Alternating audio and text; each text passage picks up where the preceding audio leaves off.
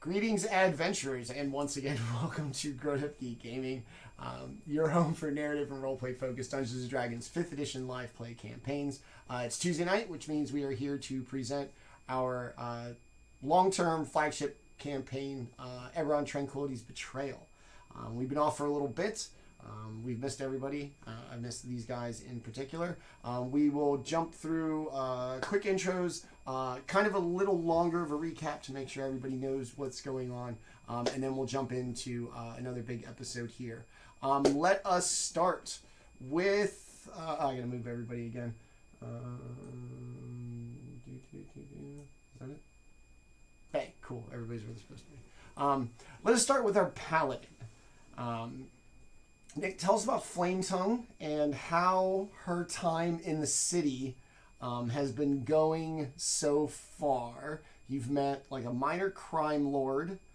You've been to a brothel. You've seen an underground fight club.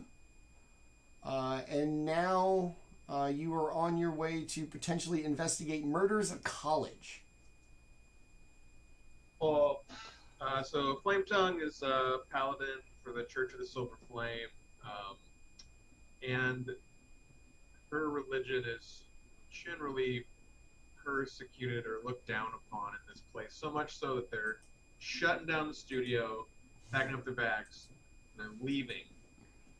So she's just trying to do her best to,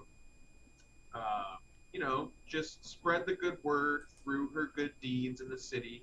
Passed out a lot of religious pamphlets, but all the we've seen the underbelly of this city pretty heavily since we first got here, but it's been a pretty soft and smiley underbelly, thanks to the way that we've been able to navigate some certain situations. I think it could have gone much worse, especially with like the Etten crime boss. But luckily we were able to deal with the rational half of his two heads. Like, dude, I don't care that you're a crime lord. Just as long as you don't interfere with us, we'll let you be a crime lord. Yeah. Okay, cool. Done. Bye. Have a great day. Yeah. It's been a balance of good and bad since we've been in the city, but we'll see. The unspoken parts of D&D making deals with crime lords, or everybody just gets left alone and you move about your day. So we love that we hit those small things. All right, let us slide over to our resident warlock. Tenta, tell us about Masawa. And at the brothel, is there anybody that you noticed in particular? Yeah, okay. I am Tenta and I play Masawa. Masawa is on his second version so far. He fell unfortunate victim to the Worm King's or the Worm God's folly, but he's back. He's got a new skeletal body, and he's just trying to keep an eye on these guys while serving them and furthering their cause. And he kind of has adopted it for his own, even though he's kind of an amoral and individual. Selfish selflessness. Yeah, exactly. I'm selfless. Exactly. I'm selfless, but for my own reasons. All right. Yeah. And I did notice that there was a heretic hunter, and I happen to be a heretic of the highest order, so that was kind of that was frightening. I'm glad we left quickly, because I probably didn't want to fight that guy. So. I mean, yeah. You don't know. He could be trying to reach you about your car's extended warranty. You don't know. I don't know. It's awfully presumptuous that he's out to kill you. He is, though, but you don't know that. All right. I'm just assuming. Safe assumption. All right. Last and not least, our resident gnome for the channel across both campaigns so far. Gonna go check out your people and your digs, the university. So Landon, tell us about Kai and how you feeling about taking a trip to Gnome Town. Yeah, Kai is extremely excited. he's been away from home for a very long time, so he mostly just wants to get in that sort of place of comfort of the sort of gnomish culture. He won't really let it distract him from his goals, but you know, it's sort of like being in town and wanting to just go see the sights. You know, he really he is a little homesick, so he's going to be happy for that. And with the university, of course, that'll be a great place for him to continue his studies outside of the mission.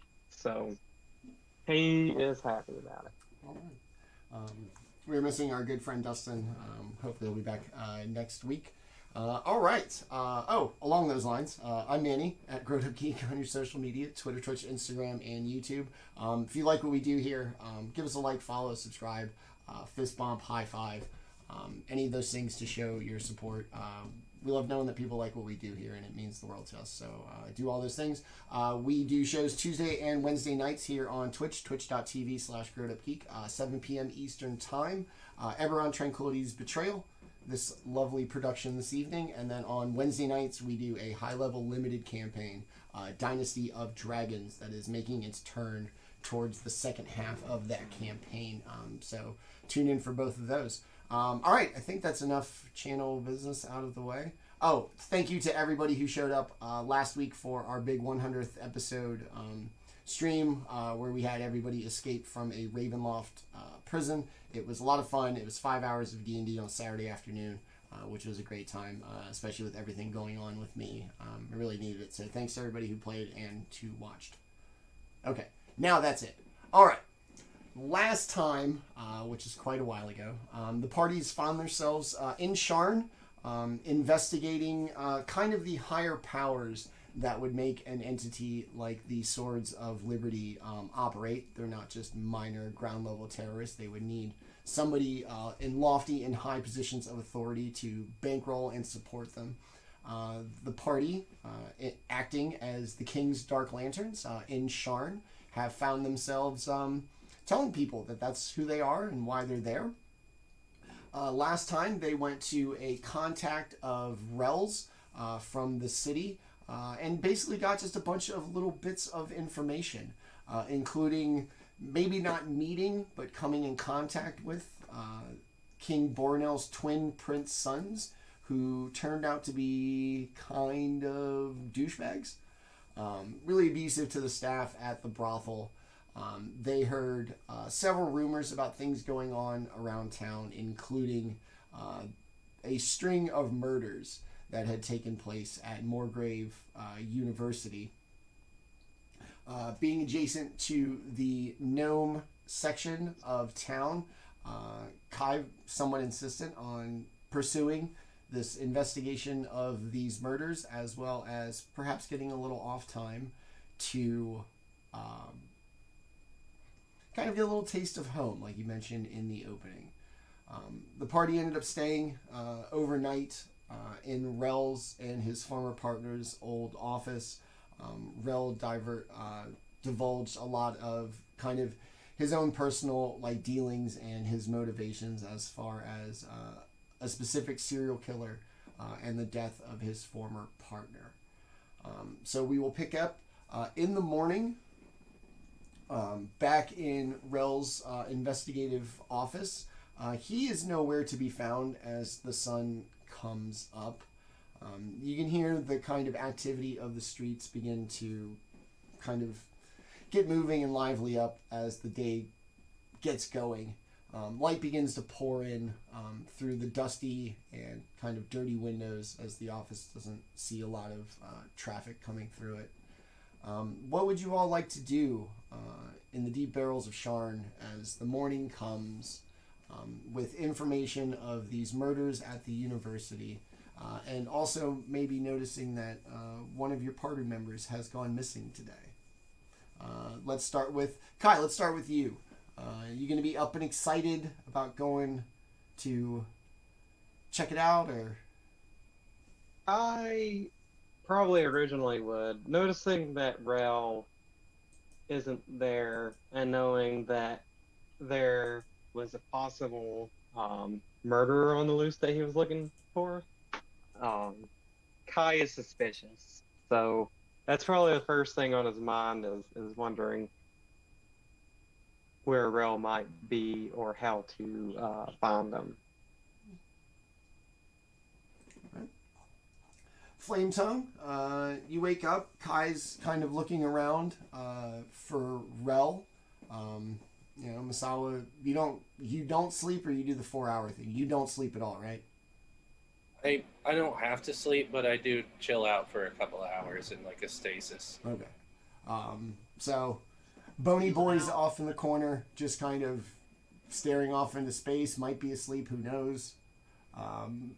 Just the skeleton in the suit of armor, just staring at the window that I can't see out of. At least you're not throwing up worms this time. Flametongue is much more, amenable to traveling with a skeleton than someone who pukes worms. It's also way more hygienic for me. Well, I'll get up. It's probably pretty cramped in this little office. Is there anybody else in here besides us? It's just you. Rel? It's just you.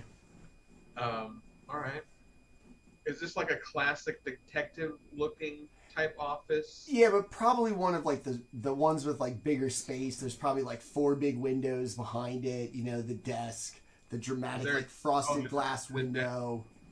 I'm gonna look through the desk. I'm gonna rifle through his desk because he's not here, and that's just something that I like to do. So I'm gonna go through his desk and see if he has any knickknacks or trinkets, or maybe an old Twinkie in here. They will survive the apocalypse. Yeah. All right, so you're gonna start rooting through his stuff. Masawa, what are you gonna be doing? I'm gonna peek my head outside and take a quick left and right to see if I can't see if any sign of where Rel might have gone. Right by the front door, you're gonna see a note that says it's in Rel's handwriting. You've seen it before. It's just gonna be a little note that he found a lead and is gonna check it out, and he'll catch up with you later. Mostly sure that you will be easy to find. Yeah, that's probably true. Well, anywhere that Flametongue goes.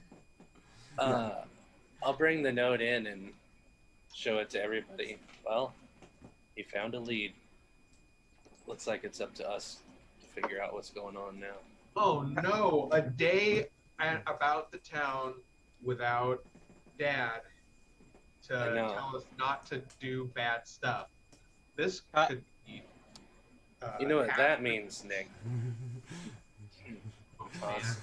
Just full murder hobo. I was like, and this is how the murder hobo session started. We gotta be on our best behavior. I'll try my hardest. Hey, I'm as neutral as it can be, bro. Stop, no, don't. Oh well. Alright, Flametongue, give me like an investigation check just as you rifle through Rel's personal possessions and materials and notes. Oh, only a -1. 16. Ooh, nice. I thought you were going to tell me like a 4. I'm like, you decided that it is a desk. You see a lot of newspaper clippings related to basically the real-time accounts of the story that he told you about the death of his partner. You see a very small, compact kind of, like Charlie conspiracy board with like a bunch of pictures or like titles and stuff that looks like who he believes to be suspects. Just a little one. He doesn't have like a full-on serial killer. Yeah, no, he's not. He's not Charlie. It probably is not good look for clients. Be like, hey, what's this about? Like, I'm really invested in my cases. They're like, I don't know, bro. That's a lot of red string, man. So it's more like a notepad, like a, you know, like you would, like not a crazy person would organize their thoughts. It's classy. Yeah, I don't know what that looks like, but I imagine it is the opposite of how I organize my thoughts. And so I imagine small and compact, not scribbled all over a wall over there. And then one of the details specifically is mentions like the regular, you know, the fantasy equivalent of like a sidearm. What every one of these individuals carries as a weapon on them at all times.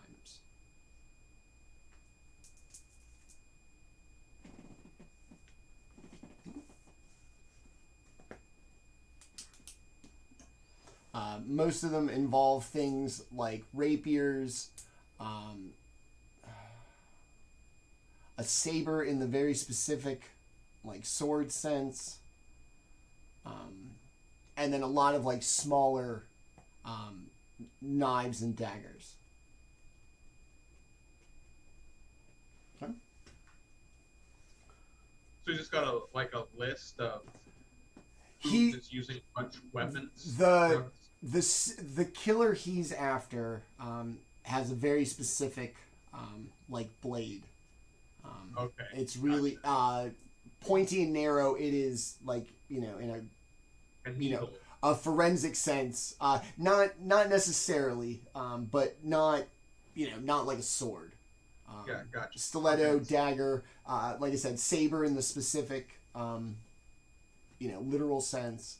But it's a very small kind, and the ones that seem to be emphasized for, like his, you know, classy conspiracy board, all of them seem to have either sabers or like daggers and knives as their like chosen side weapon, sidearm. Gotcha. Right. So it's obsessive, but not quite over the tipping point. Yeah. All right. Yeah. All right.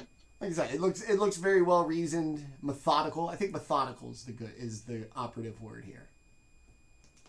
All right. Well, nothing else of interest in his desk at all. Not really. It looks like a lot. Looks like a lot of stuff from like cases where, you know, kind of like just specific timelines of, you know, him following somebody or something. They don't seem to be important. Does he have like a list of potential contacts anywhere in the city? Because you don't have. I mean, I guess we could go to that.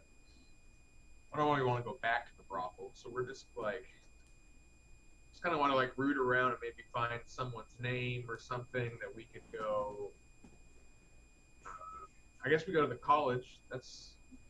We've heard there's murders there. That's probably what he's checking out. See if maybe you can find a piece of paper with a college and like a person's name or someone's name on it, so we have someone to ask after when we get there. All right, give me another investigation check. Right. Ooh, a 17 that time. Ooh, very nice. Not one so low. Good ones out of the way first. I don't have it because I can't find it. But it does mention somebody who's a captain in the city guard.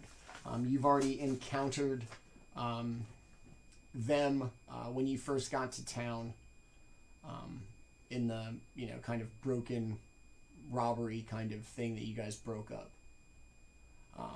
So find a card, you know, kind of a captain of the city guard, and the name you recognize from his introducing you when you all met earlier. Nice.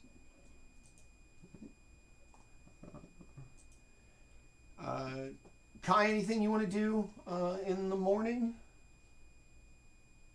No, I think he's going to be very, you know, kind of have a sigh of relief when he finds out that Rel is, you know, intentionally missing, not just, you know, mysteriously missing. Not snatched up. Yeah. So, Kai is going to plan his day on trying to, go to the college, do some investigations, and try to make sure that Flametongue and Masawa don't burn down Sharn in Rail's absence. So. So Try not to. you've been promoted to responsible one. Is that what I'm taking away from this? Yep. He's Okay. It's rough being the responsible one and the tiny one. Yeah. Good luck, man. well, though I will be honest. While Kai may be somewhat responsible, he does sort of get his hands dirty. So I mean, I'm not saying we're not going to get into a bar. We're just gonna think about it beforehand. We're not just gonna be reckless, but it doesn't We're mean not won't ruffians. Yeah, we'll still get into shit, but we're gonna think about it first. Yeah, we're gonna fight the right people, not the stranded. Only bad guys or people who deserve it. All right, people who deserve. As you get ready, Masawa, as you stick your head out into the street. It looks like regular kind of city traffic. Nobody seems to be too interested or even really takes note. I imagine you put the mask back on, or are you still like raw dogging the world? No, I put my helmet on before I put my head out. So, your kind of helmeted head just kind of peeks out.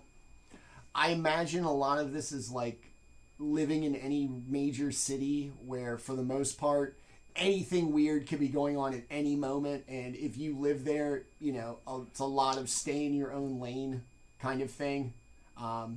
So as weird and as giant of a skeleton man with a helmet you might be poking your head out of an abandoned detective agency,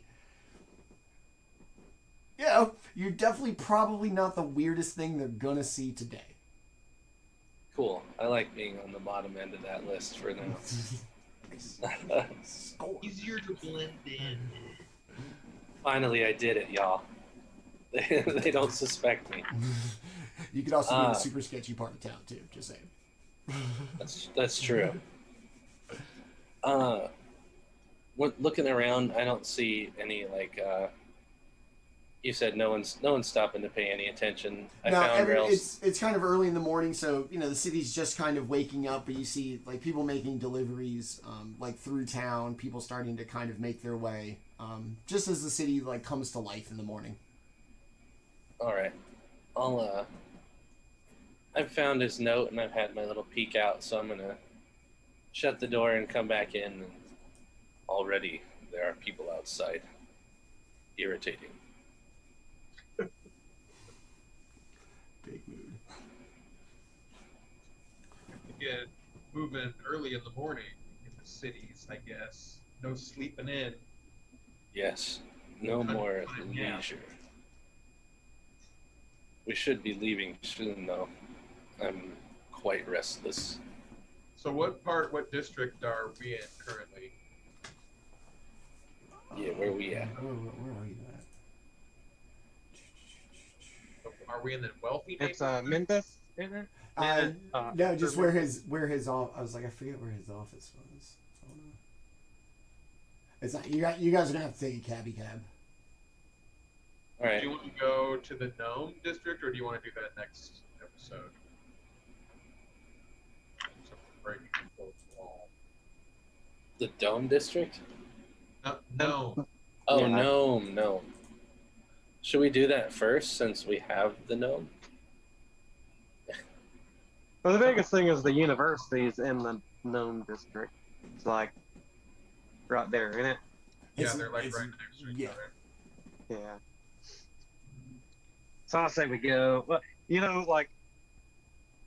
Kai doesn't have anything too specific. He'd just like to go, talk to people and experience some of that old Zilargo culture.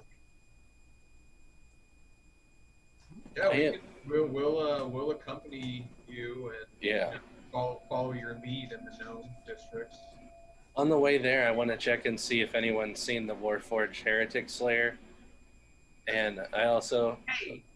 Because One question. You see the Warforged Heretic Slayer anywhere? You seen a really angry Warforged in red walking around with red eyes. He's very angry. He's very angry. Looks like a total jerk. But and I also want to see if I can't track down any sign of Caius worship or Therion worship. All right. You're gonna head out. Yeah. Okay. Let's head out, y'all. Catch a cab. At the end. Go ahead.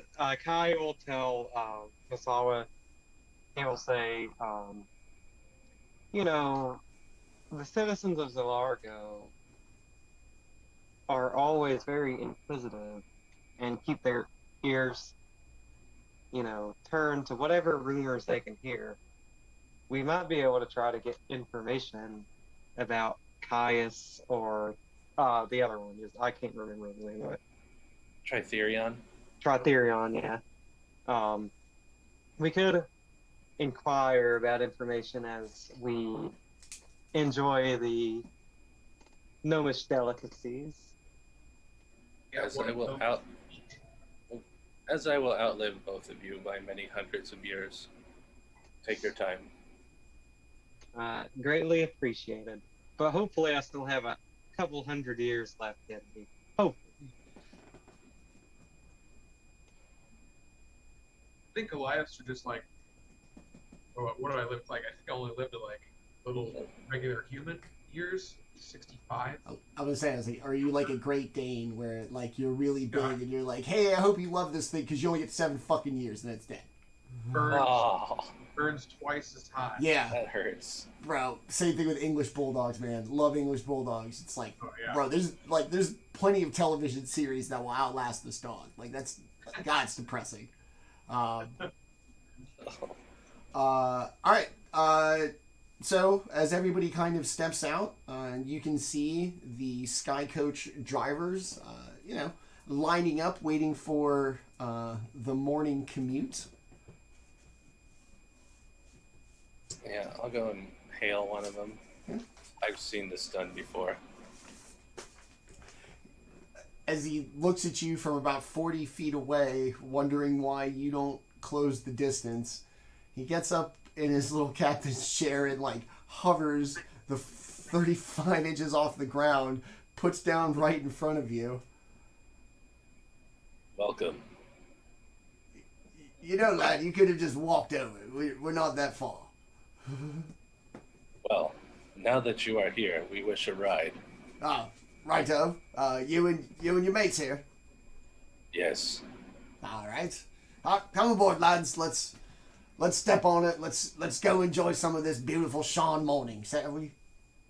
As I get on Flametongue, here's a religious pamphlet on the Church of the Silver Flame. I hope you enjoy it. It's a good read. No confidence in my flying, is that it? Want everybody to start praying in case I crash you into a moon?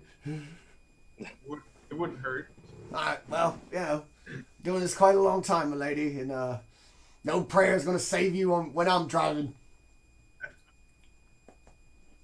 Alright, lads, my lady, where to? We would like to go to Upper Memphis, where the university is. Looking like some scholars, eh? Trying to get on and learn Of on. course. Very good. All right. We're gonna have to take kind of a long way around. You gnomes, you're having a festival right now. With all the fireworks and all the hijinks from you little people who just love to blow things up. It's wild. We're not gonna be flying into the gnomish district this week, but I could happily drop you off at the university and you just walk on through. Between my lack of prayer and my apparent need for divine intervention, I don't want to introduce fireworks into the mess. But all right, off we go, lads. My lady, everybody sit tight. I'm gonna get you there quick. And just as everybody kind of gets in, he gives you like 3 seconds to see if you're settled. And then whatever the Eberron equivalent is of mash out, just mashes on the gas. Everybody kind of goes flying. I need a dexterity saving throw from everybody real quick. Boy.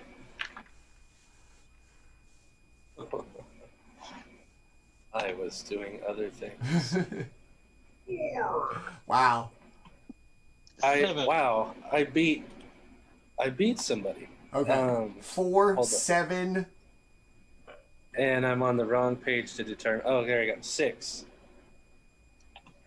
Yeah. You're all Look gonna at you. you're all gonna tumble off of the crates and everything that you were seated on. You were not listening to the captain.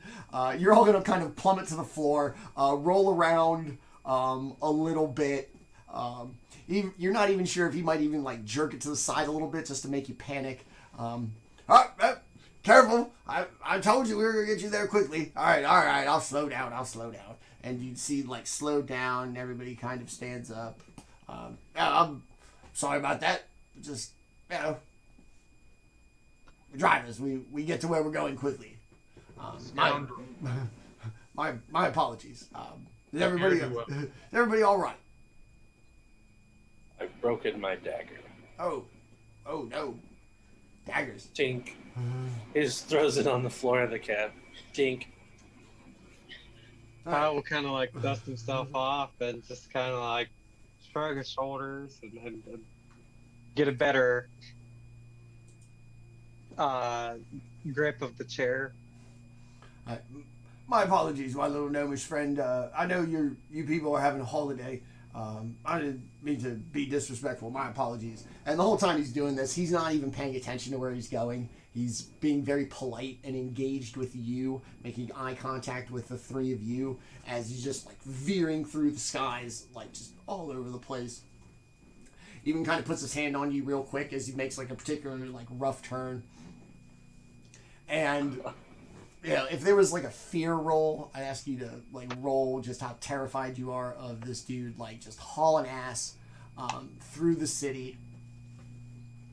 As you kind of make your way up to the next tier of kind of civilization in Sharn, the dramatic change is like amazing. Everything is clean. More of the sky is seen.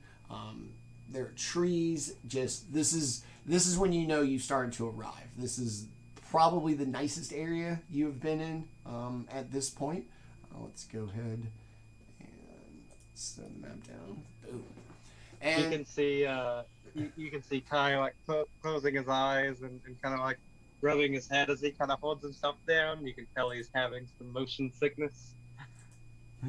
All right, lads. Keep zooming in, and as you kind of clear to like the next level of buildings and districts of Sharn, even though it is early, not like dark early, but early in the morning, there's fireworks going off. There's all kinds of illusions, like above the upper northeast corner of this district, Denias, which is kind of the gnomish enclave. And even from the sky and a distance, it with a district full of smaller folk, just the movement and the activity of the crowd, like like you would see for like Mardi Gras or anything like that, just flooded the streets. Your skewed perspective, because most of the people are tiny, and occasionally they look like they're actual giants walking through and enjoying the festival as well. And as he kind of makes his way around, kind of looking for a place to put down, see him kind of lean over. City God's here. More people must be dying. Kind of like What a tragedy. looks for like kind of a place to put down. That Kai is like sweating from the motion sickness. He's kind of like nodding his head, but he's like sweating. His legs are wobbly, and he's just like holding on for dear life. sweating. Yeah. Masawa just notices he has a broken finger. He's like, I'll be just readjusting my armor plating. yeah. clanging on the floor after it took off, and you all just No. like, hold on, huh? Crank. Yeah, that must have been awful. Yeah. Help me! I'm just like a turtle on my back, just in the armor. My armor. Help me! I'm nauseous. I'm nauseous. He continues to look around for places to put down, and at the end, like, lads, I'm sorry. I don't know your situation with the city guard, but it looks like the only place I'm gonna put down is looks like they're near some. So if any of you happen to be criminals, not that I care to know, la, and the such, just be mindful of the police down there. They look like they are busy with dead people.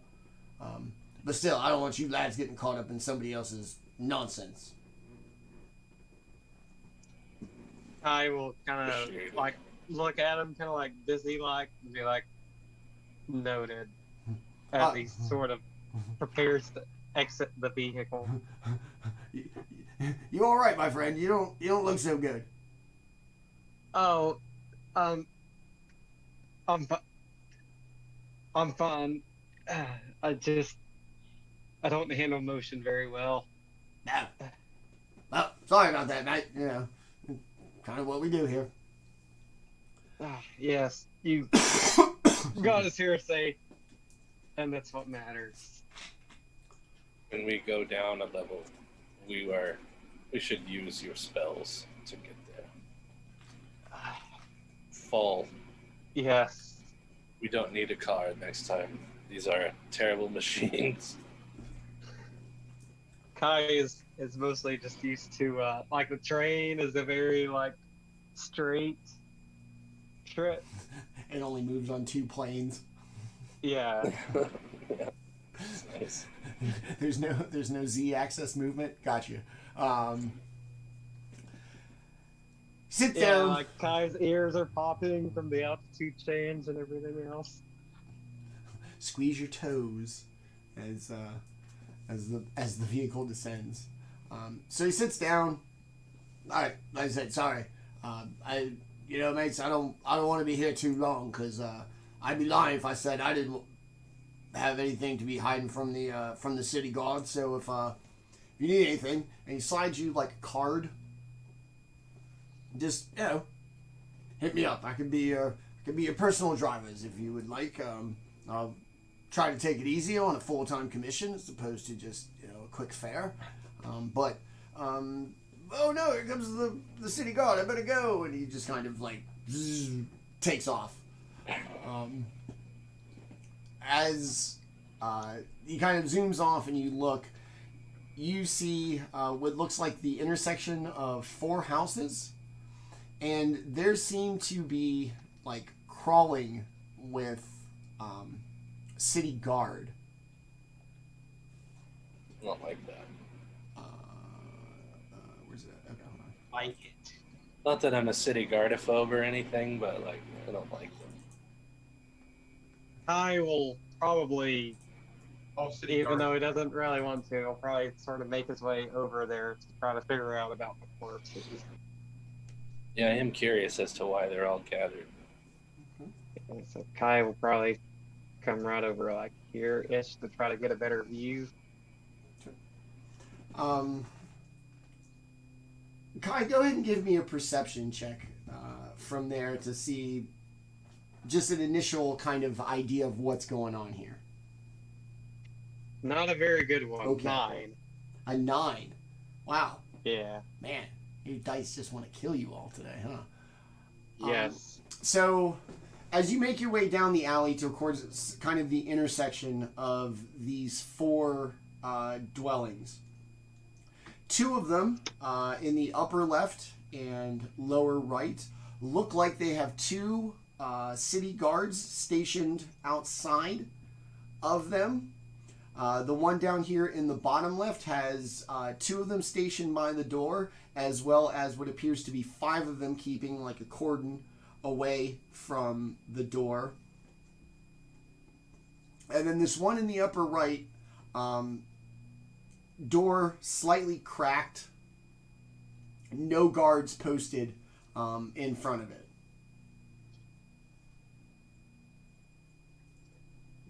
probably will make his way to the one with mini guards, Okay. just because he's pretty confident that's the house where a murder would have taken place.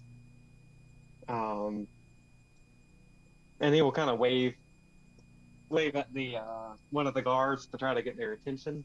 Okay. And he okay. will say, "Hi, us three, we work with Rel Caldron. That was his last name, right? Yeah. We work with Rel Caldron, detective around here, and we were sent to take some notes on this, the murders that have happened around here. Could you give us any information you all have available?" And he'll say it in a pretty, like, easygoing way. For name dropping Rel, give me persuasion roll with advantage. This is also probably gonna be bad. Oh, thankfully it was with advantage because I got a 20 and a 2. So 20. Nat 20. Oh. Rel. Oh, the sergeant was looking for him yesterday. Said that he saw him and some of his associates. Kind of looks up and down. I'm guessing it was you. Coming out of a brothel, and then she lost you. Yes, we are aware of there are certain factions that may want revenge on Rel for his investigations on them. He is working on a lead right now and had to take a leave of absence for the day. But while he's tracking down this lead, he wanted us to help make sure that he's not behind on anything that happens with these murders. All right. Look, I gotta go clear this with the sergeant. Don't go too far. I'll find you in a minute once I've talked to her. Okay. Greatly appreciated. And then he's going to go inside, and they all kind of close ranks a little bit. As you watched him like go into the building, you could see a small red-headed female dwarf, beard, the whole nine, like in there, and what looked like a dead body. You saw her and another one of the city guards standing over something in the living room in the room of this building.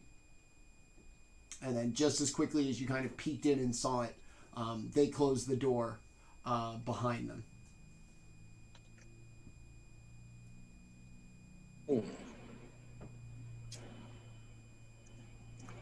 What did you see? I say to Kai. Did you get a look inside? Only barely. I believe I confirmed there is a corpse in there, but I couldn't see well enough in there to describe anything. How was the lighting in there? Was it dim? Dark? That is a good question. It's pretty bright. They have too many windows, unfortunately. That's unfortunate. I didn't want to have to use this. Can of magical spray paint. Yeah. I just happen to have this. I thought we were going to do magical Molotov cocktails. No. Hey, the building's full. Not anymore. Yeah, everybody out. I just thought it'd be funny to pull a little spray paint out of his pocket. Well, we need to get in there. We need to find out what's going on. Well, the the guard there, he's checking with his sergeant, and we may still be able to be granted access. I told him, now I'm going to tell Masawa and Flametongue kind of the story that I gave to make sure everyone's on the same page. Or lie straight. It's not really a lie. We do work with Rel. Truth. This is why I just let you guys talk all the time. I have no problems if you want to bend the truth, but Yeah. Your hands are. I'm smart enough to know not to blow up a situation, but very uncomfortable. Kai will just kind of like pat Flametongue's knee and say thank you for your silence. Not like patting her on the back, but the knee. Yeah, that's as high up as it gets for you. Yep. Yeah, I'm like jumping to tap the knee. Doing a great job. I was like, you hit wind chimes when you jump up? Very nice. So the city guard kind of cycles in and out. Nobody seeming too much to be in a hurry of actually helping you, despite being very aware of you standing there and having seen you talk to one of them.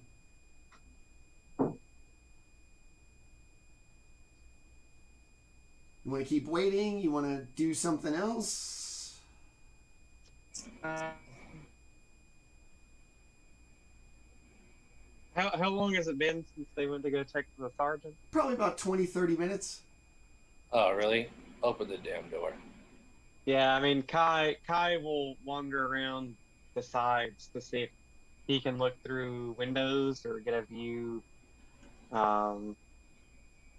looking that way. Okay. You see a little window, like off to the side, only in what you would guess to be the front part of the building, like the side with the door that you're on.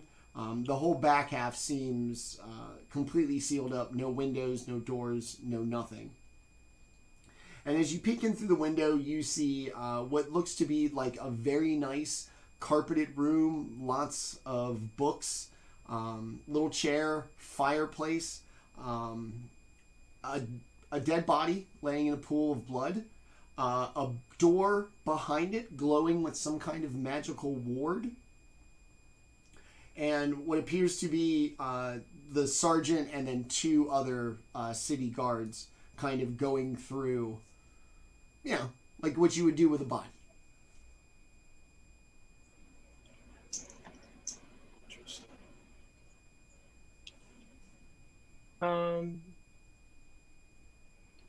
Kai will make a mental image of it, because that way when he sees Rel, he can just minor illusion to show Rel exactly what he saw. And I guess if we can't be granted access, Kai doesn't want to start a fight with the guards, at least not at the moment. So Not right now. yeah, he will, I guess, move on. Yeah, I guess we'll have to move on. Actually, real quick, does it seem like these other two houses with guards? Does it seem like there might have been murders in those houses Yeah, as well? they're standing outside. All the guards seem to know each other. You heard about 3 murders when you were at the brothel. Gotcha. And as best you can tell, there are 3 so kind of heavily guarded that you can see. You don't know what's going on with this 4th place. Kai will try to walk by windows of each house to try to get the mental image, and specifically a mental image of Rel described the specific way that these people were killed that he was searching for. I don't think I wrote it down because I figured that was just like backstory stuff or that he would kind of go through. Sure. But he mentioned a specific way they were killed, and Kai will specifically look for that when trying to get this mental image of what he's seeing for the minor illusion. All right. Since you have seen through the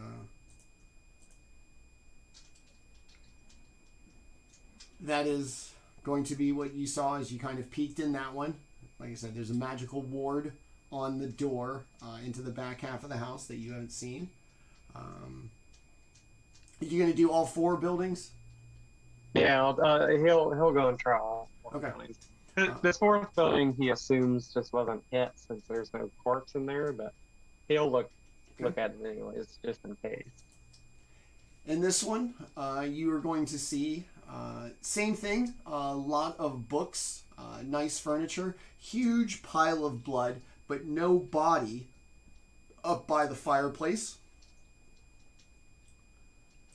Down here, this is just going to be an empty room with a giant pool of blood. Once again, all of these have a door that separates a back half that none of them seem to be open.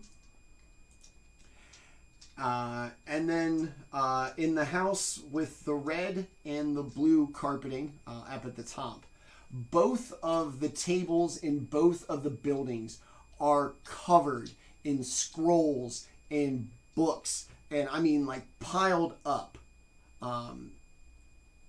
Whoever lived here was researching something very diligently. And as you scan the window of the upper right-hand side building, the door is open. And through the door, you see another carpeted room, a huge blood stain, and a somewhat familiar-looking human dressed in kind of official Braillish attire. Seemingly looking around the room. Question. He will probably go into this 4th house to try to get a look at these scrolls since there's no guards in front of it. But he specifically wants to know if the spell scrolls and stuff that they were studying had anything to do with detect thoughts or detect good and evil. Okay. All right, you're going to go check out this upper right-hand one? Yeah. Okay. Flametongue Masawa, you going to follow him, or are you going to post a little lookout? Does the investigator that's in here, does he happen to look anything like Cass? No. No? Doesn't look like not Cass, not like the form that Cass usually takes. It looks like a person that is, like I said, like vaguely familiar. I'll go up to them and say, if you're Cass, blink twice. And then just stare in context. Okay. You're going to come into this room. It looks very nice. There's a little plaque by the door signifying this to be university housing.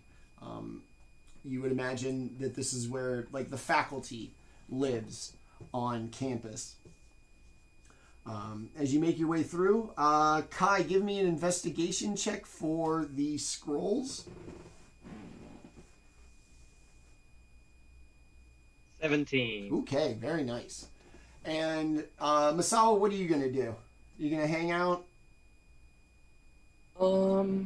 Yeah, I'm gonna stick right with Kai. Okay. Okay, cool.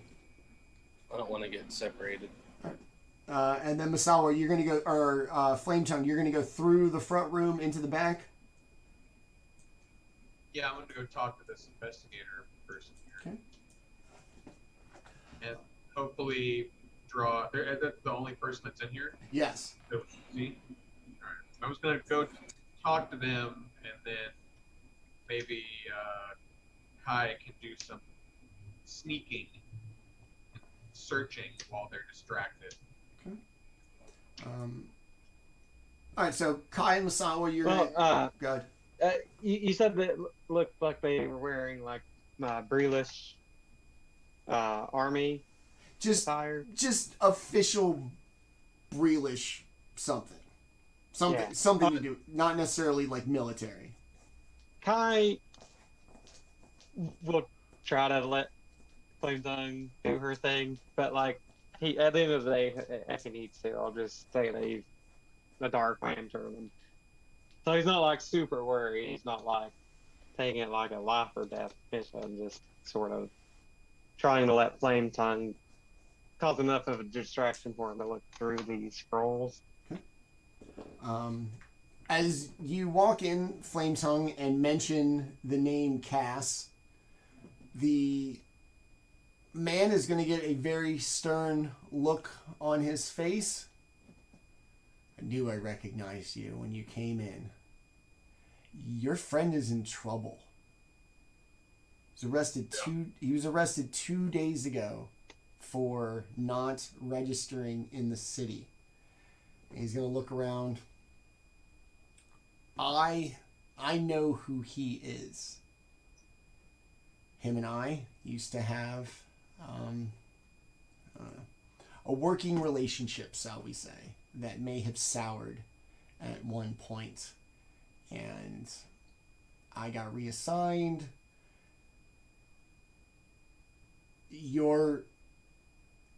They're gonna kill him. This city does not take unannounced changelings very well. We're going to cut back to Kai and Masawa in the front room looking at all the scrolls. Yeah. Good? Oh, I was going to say, I want to look through the scrolls as well. Okay. Give me an investigation check. Okay. I'm looking right now. Roll a nat 20. Do it. I got a 16. Okay. Still pretty good. It's the upper side of not bad. Everything on this table, on the center table and then the little side reading table off in the corner, every one of them is going to be about the changeling infiltration to the royal court of Breland a couple of years ago. And just like in Rel's desk, it's going to be meticulously laid out, and it's going to look like 5 columns. 3 of them seem very well filled out and then X'd out at the bottom. And then 2 of them are only going to have half as much information and then just pale in comparison.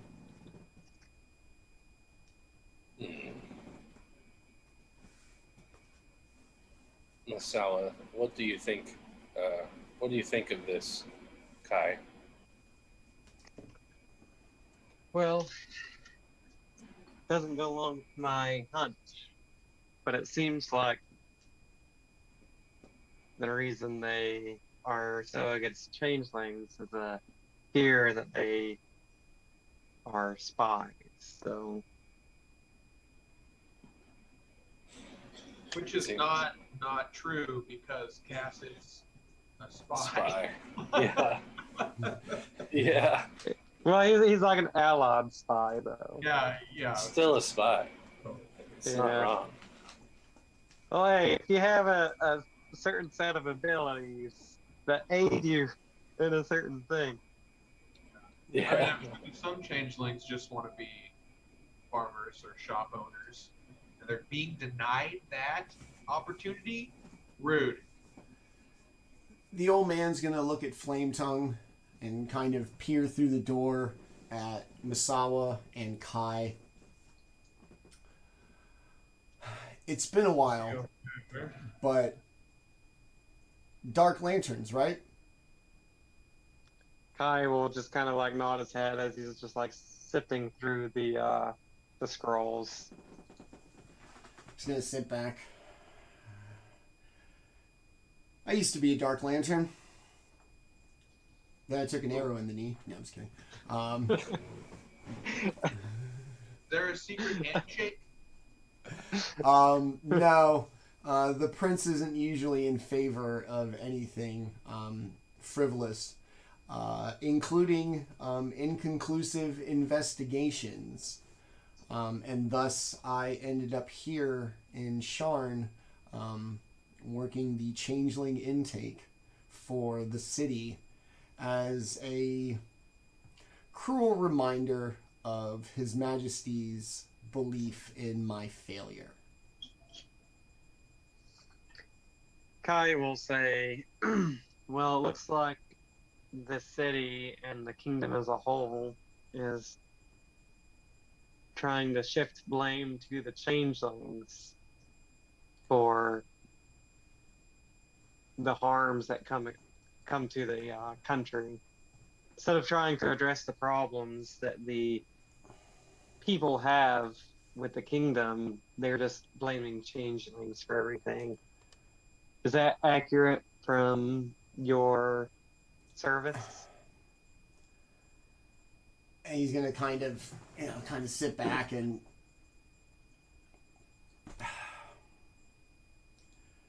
they're worried because they know I didn't get them all. I know there were 5, and I got 3. I told the king I got them all. And when he found out that I didn't, he banished me. And now Lieutenant Torfin has my job. She's not a nice lady. When you say got 3 of them, do you mean 3 changelings? I was in charge of finding them when I worked for His Majesty. And I knew they were there. Everybody knew they were there. And I found 3. It took me a year, but I found them. And people wanted to be done with it. They wanted to just move on. You got him. And I wouldn't accept that it was just the 3 of them. There had to have been 2 more. And I didn't want to tell the king. He was very happy. I didn't want to tell everybody else. But I knew there was more. And when he found out, fired me. Kicked me out of the Dark Lanterns. Promoted your girl Torfin. And now I just work at basically the customs desk of the train station. Why were you hunting these changelings back a few years ago? Was it due to this investigation? We had found that a foreign country, one of them, we could never figure out which one, had sent changelings to infiltrate the court of His Majesty. They saw our strength post-war and knew that if the war had continued, we would have won. And if the war ever began again, Braylon will pick right up where we left off. And this treaty, this peace, won't matter. This country will take what it wants. This country is a disgrace. It's when it shifts the blame to the changelings and the Sure. people that don't deserve the hatred. They don't. That's why I don't mind my job at the customs desk. I make sure that they're treated as well as they can be. Your friend, like I said, not your friend, but your operative. They're gonna kill him. They will. And I don't know what Torfin would do if that was allowed to happen. I knew this professor. He dedicated his adult studies to this Changeling Inquisition. And long after I'm gone from leading it, he continues in, and I would hope that one day he would be able to tell me what happened to the two that we believe we didn't catch. And I found out yesterday that he was dead. And now all that's left is his work out in the front room. Can you tell us where they're holding Cass and if there's any way for us to save Cass?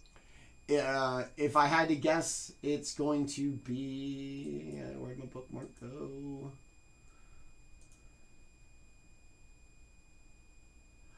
If I had to guess, judging by who he is and what he is, he's going to be in the Ash Black district. It's dark, it's industrial, it is the perfect place to take somebody, but it's the Crown's Black Site prison. What was the district called? Ash Black. Ash. Do you think that Cass could be one of these two changelings that you might be looking for? I thought about it. It didn't add up, and as terrifying as Torfin is, I don't believe he's a traitor. He's not the most patriotic. He's not the most loyal, as far as His Majesty would be concerned. But I don't think he's a traitor. Whoever the two that I'm missing are either dead, or he's going to kind of like lean in closer, or really important people in His Majesty's company. There is no way they wouldn't have been discovered unless they had either passed before their discovery, or they are in a position that nobody would dare ask. Kai will say, one of the princes was apparently over the Swords of Liberty insurrection. What if one of the changelings took the place of one of the princes? If they are still alive, they and all of these murders aren't accidental. Every single one of them has a reason to be murdered. And he's going to point to this room. In here, researching the long-lost Changeling Inquisition. He's going to point straight out the door across the street. Over there, a former Karnathi ambassador who had sought refuge here in Breland, very critical of the king of Karnath. Like the house immediately below me, we have no idea how they tie together, other than they have a very mysterious warded cabinet in their room, and aside from a couple of weapons racks, that's all they have. And then he's going to look out across the street with all the new cops today. A member of House Cannith, who had left the manufacturing facility in a huff, highly critical of the direction of the dragon-marked house of late. All four of these people dead in 2 days. Something big is happening.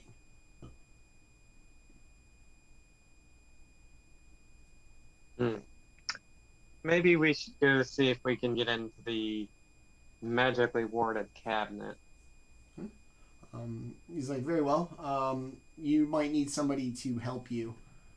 I'll go with you, and I'll see about getting you through. Can we sweep around these other rooms here before we leave? Yeah, in this house? Yeah. Yeah. Okay. In the room you're in, you're going to see, like I said, big blood stain on the floor. Obviously the scene of the murder. And then along the walls, you're going to see a bunch of mannequins in different body shapes and different sizes, with all variations of potential like outfits on each of the thing. A regular bed and like an end table. And then in the front room, every single piece of like documentation, book, scroll, piece of parchment, whatever, all pertains to a very particular time of Braelish royal court, and it seems to only exist to investigate who and what happened to the two missing suspected changelings from the kind of changeling infiltration.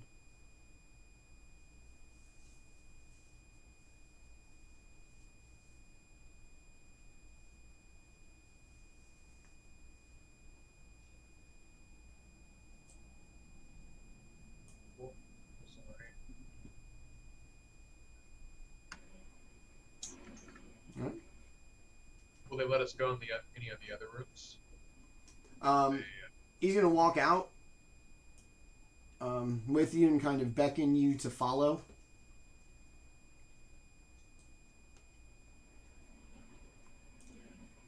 And as he walks up, the city guard kind of straightens up. These are some... He looks at you. Some investigative consultants I've brought in to take a look at what's inside. So they're with me, and they slide open the door and kind of let you in. He goes first and in. And as they walk through, you hear them say, anything you need, Captain Ashton. Walks through like effortlessly. Looks like he's already been in here. Just strives past. The room is entirely empty, except for the big stain of blood on the floor. And he walks past front room into the second door and opens it up. And in the back room, all you see are 4 weapon racks, all of them empty, but used. You could see like kind of the grooves where sharp things were put away, or where like the kind of sharp corner of an axe would rest on the wooden racks. And then in the very back, there is a double-doored armoire with like just a glowing blue magical ward on it. Dead center in the room. That is all that is in here. I will take a look at the board to see if he can figure anything out about it. Okay. All right. Give me an Arcana check. 26. Ooh, Jesus. Wow. Oh, that's right. Okay, yeah, that's right in your wheelhouse. Yeah. It is very much magically warded to prevent anybody from opening it up. The spell is quite powerful. You just can kind of feel the magical energy like radiating off of it. It is either a combination of a couple of spells or one spell cast at such a high level that you currently could not really figure what this particular spell is, even with your awesome 26. But it's everything you think it is. There is nothing clever about this. This is something warding this door to keep you from getting what's inside. I will take a note of it. Okay. I'll open it. I don't think there's any opening up this cabinet here. Has anyone tried saying password? 1, 2, 3. 1, 2, 3, 4. Abracadabra, man. Open sesame. All right, this will be the perfect time for us to take our little mid-show break as you kind of stand there at this very dangerous piece of furniture. To everybody watching, it is so glad to be back. We thank you for watching. As always, to my great friends, thank you for allowing me to help play pretend with you. This is pretty much one of the highlights of my week. It is currently 8:32. We're going to take about a 10-minute break and come right back while we figure out what we're going to do about this dangerous furniture. In the meantime, thanks for sticking with us. We'll see you on the other side, and we will be right back. All right, we are back from our personal short rest. Before we went, the party checking out what appeared to be several murder scenes at Morgrave University.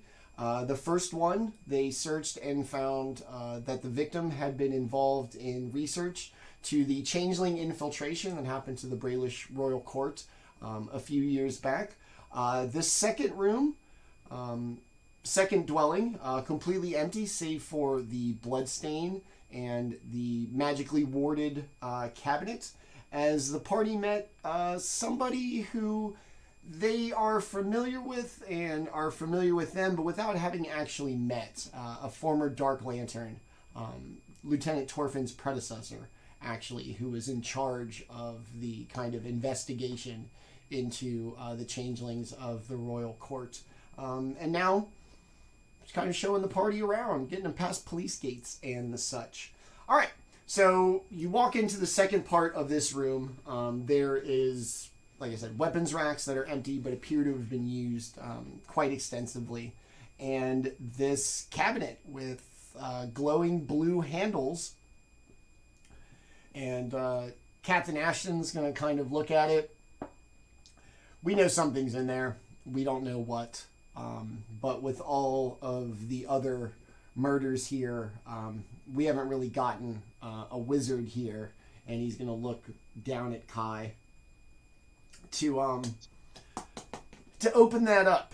And I worry that those actually conducting this investigation aren't really prepared to see the bigger picture.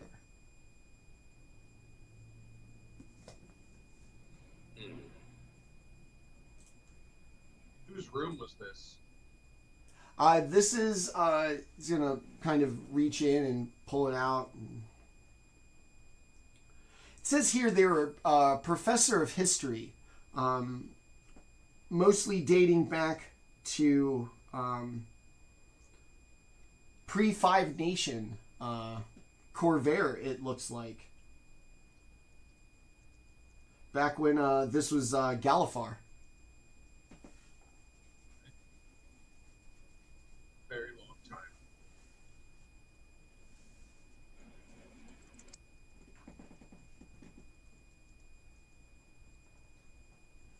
You can see him kind of looking at it, and you know. Did anyone just try to open it? No. And he, like you said, you can see him kind of like testing, you know, where like the, essentially the event horizon for whatever that is. Kai will say, you better be careful. Words of this nature could prove quite deadly if you make contact with it. Yeah, I'm just trying to see how nasty of a little jolt he's gonna get, and you can see him kind of put in and take his finger back really quickly. Yeah, that's on there good. But yeah, we've been lacking a wizard. We were wondering if you know, while you were here, there was something you could do about that, because I would like to know what's in it. I wish there were. This is beyond my capabilities to unlock. But I'm generally good at researching magic, so perhaps after going to the university, I can speak with some of the professors and find one that might have the capabilities to unlock this cabinet. Okay. Very well. Kai is going to just kind of like turn away from the cabinet just while he's thinking in his head, just trying to debate on what to do. He's going to kind of keep poking at it, even though he's already gotten stung once. What about you, milady? You feel lucky? No, if the wizard is not going to wizard it, I don't think that a sword is going to do anything. Kai isn't looking at the cabinet at all. He's just kind of like thinking and taking it. He's like, yeah, he'll be like mostly talking to himself. He's going to say, yes, I fear that if you try to shove something in there, like a sword, it'll just have a very violent reaction. Yes. Something of this power would be very dangerous. Were there weapons in this room, or just weapons racks? There were no weapons in here before. There's like looks like a kind of a plastic, or not plastic, like a wooden training sword. It's not very dull. It's heavy. It's kind of big, but nothing, really dangerous.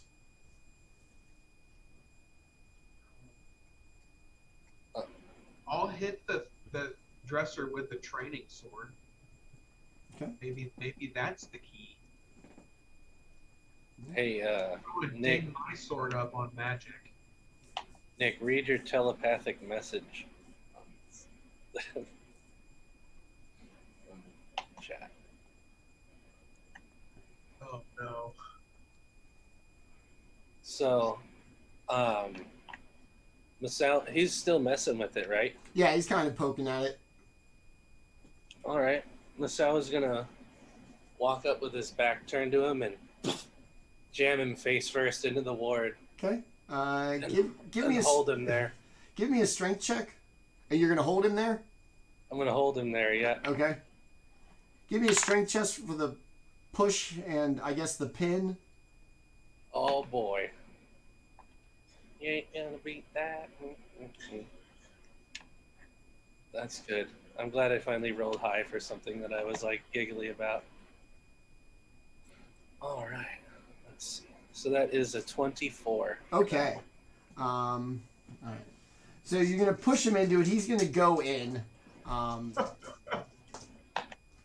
And I'm acting as casual and as accidental as possible. the glow. Yeah, like you bumped into him, like tripped into him.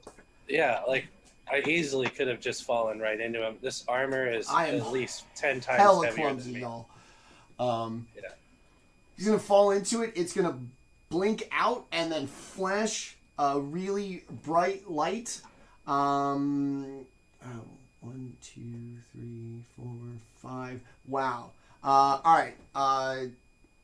As you push him into it, it's gonna flash out. Kai, you are going to be very lucky. But Masawa, I'm gonna need you to make a dexterity saving throw, please, as you two are enveloped by the ward. Oh no. So he said you counted to 5. I assume I was just like barely out of range. Yeah. Oh no, hold on. You're actually it's not. You're gonna come up a little. 1, 2, 3, 4. Yeah, you're gonna come up a little shorter. It's only 20 feet. Oh, gotcha. The explosion. I thought it was bigger. All right. I'm just glad I took a couple steps away. Wizards aren't known for big hit point pulls. Yeah, that's fair, bro. That's fair. Like what would be lethal for Kai will probably be like a scratch for Flametongue. Okay, that's maybe a large scratch. hey. All right, let's see. I'm at 18 on my reflex. Okay, save. you're gonna be good. 5, 8, 12, 14, 16. All right. You're gonna take 8 lightning damage, as just all of these sparks are going to go flying. Your boy's going to turn. You're going to see like the skeleton like underneath his skin, like Home Alone. Hair, oh boy! The air is going to smell like of like slightly singed hair. The ward's going to drop. He's going to drop like just flunk to the floor. You can still see him breathing. You know, little bits of smoke. It absolutely reeks like burnt hair. In here. And the ward appears to be gone from the door. Hearing this like almost explosion happen while he's not looking, he's gonna like jump and turn just in time to see this guy like zapping. And for all Kai knows, the guy like just pushed into it too hard, trying to like pry it open, like Kai didn't see it. And you warned him. You don't have to convince me, you guys. Like, I get it. Everybody's trying to pretend like this didn't just happen. I get it. I'm going to pretend like I didn't know what was going on. I know, man. All of you guys are doing this very well. No, nothing happened, dude. I tripped. Kai watches the guy just, like, fall to the ground. And at first he's a little surprised, but then he notices he's breathing, and he's like, I did tell him not to touch it. But he's going to notice the wards down, and he's going to kind of look at Flametongue in a sort of like, could you take care of the burnt flesh there? While Kai starts digging into the cabinet. I'm going to walk to the back of the room. Lay on hands while I'm helping him up off the ground. I'm going to walk to the back of the room and just start like rubbing my face mask and just acting like I saw nothing. I don't know, just fly casual. So you're going to be like kicking rocks and looking at the finer details of the ceiling, whistling innocuously in the back of the room. Flametongue's going to walk up to him and be like, hey man, you had a hell of a fall. Are you okay? Kai will say, once Flametongue gets him conscious again or whatever, I will say to him, he'll be like, that was very brave to try to pry open the water and take that damage, but next time it'll kill you. Don't do that again. It's gonna kind of like, look. Is everybody okay? Hey, the ward's off. You did a really good job. Oh man. I imagine that I'm standing here speaking to you by your grace, my lady. So I appreciate that. I just, a little lost my balance in my old age. I'm gonna go ahead and take a step back. So just in case. You deserve a raise. Well, doing your job so well. His Majesty views me as a failure. I'm lucky to have a job, and he's gonna kind of go off in the back, slightly intrigued by whatever whatever Masawa's like looking at. He's trying to see it too. Who knows what my crazy yellow eyes see?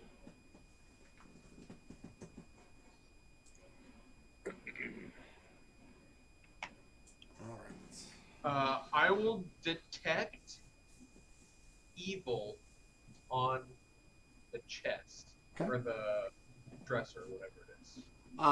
You get nothing. No any sort of magic. The only inherent magic that had existed appears to be the wards that are now mysteriously gone because Homeboy tripped. You do hear a little pinging behind you, though. Yeah. I'm all looking around. What was that noise? I'm getting a weird aura over here. I'm just not going to pay attention to this. Yeah. Yes, don't pay attention to the obvious. It's what you guys have become very good at today. Nice job. It's a skill. All right. So, no ping of any kind, magic or otherwise. It just appears to be a double-doored armoire that is no longer glowing blue. I'll open her up. Okay. Swing the double doors open into this like large armoire. It is very extravagant and very large. Would hold lots and lots of articles of clothing. And as you open it up, there is nothing inside but a single polished steel face mask and helmet. Ooh, like those boys that shot arrows at us and gave Kai retrieved a letter that was not important for the rest of us to read the contents of? That's the one. I kind of remember that somehow. So that's what was in the cabinet? Yes. Kai will inspect it very closely, seeing if there's anything else about it, any notes, anything like that. Go ahead and give me, I guess an investigation check.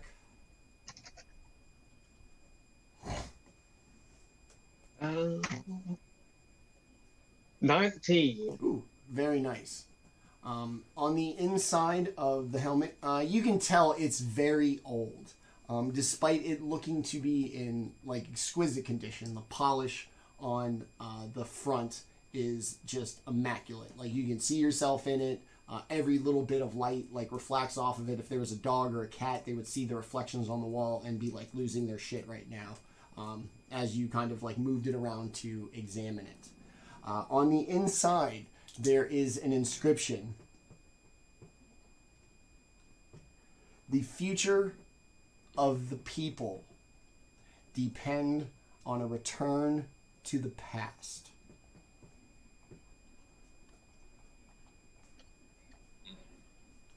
Sounds like something that a Proud Boy would say.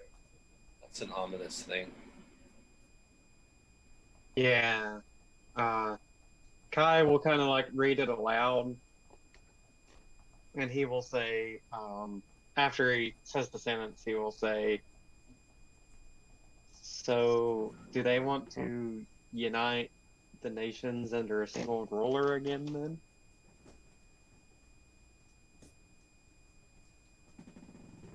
Or maybe they want to go further back when we were all ruled by demons. That's possible as well, but these people call themselves the Guardians of Galifar. Galifar being the nation that united the 5 countries before the last war broke out.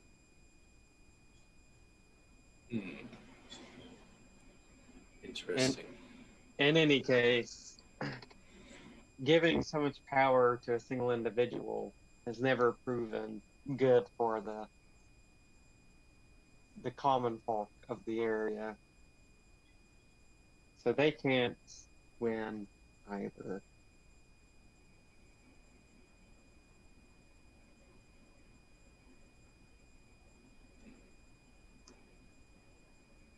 You want to put it on? Tenta, you should put that helmet on. As long as the guy's not staring straight at me. Yeah, you might be the only one who can actually fit the helmet on. All right, I'll come over and pick the helmet up, put mine next to it, and stick it on. It looks to be a very close, like, size approximation. And as you kind of struggle to get, probably grinding a little bit of the bone against the interior of it, as awkward as it seems getting on, once you've got it, like, situated, it seems to almost, like, fit around your head.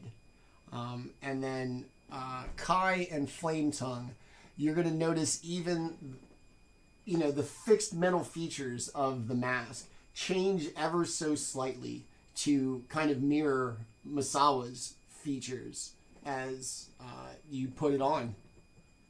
Oh, I'm horrifying now. That's like an enchanted helmet? It's a metal skull. Yeah. I'm thinking Like- Soul Knot from Berserk. Like You Destro, but with like a little more skeletal kind of features. Estro, huh? I have to look that up. Oh, Yeah. hell yeah. Oh, hell yeah. I used to have a little action figure of Destro. Yeah. I But like I never knew who said, it same was. same deal. Like polished, like Oh, a that's- face, but not, like your exact face, but still much more so than what it looked like when like Flametongue was just holding it in her hands. Wow, that's crazy. And there's another piece of this armor as well? What? No, it's just this. Just Just the helmet. this helmet? Okay, cool, yeah. Oh, I'll, no. It was in the, it was in there like Thanos had the gauntlet, just up on like this badass stand, just sitting there in all the, epic. yeah. I like that. I definitely would have plucked it up and picked it up. I'm gonna hit Masawa with this practice sword, see if he feels more protected or any effects of this. New helmet. Okay. You're gonna get bonked in the head. It's gonna sound just like getting bonked in the head with a helmet. You're gonna get a little bit of the metal reverberating as you do so. You don't feel any particularly like more protected. You probably look like a badass, but you don't feel any more badass. That's totally fine. That's fine, dude. I'm good with just looking badass. Yeah, that's good enough for me. This investigator is like the Three Stooges, just whirlwinded him on his crimes. Accidentally. Hey Mo, put this helmet on. You knucklehead. Ding. Yeah. What's Hey this Mo, for? look, I got the helmet. Oh, Bog.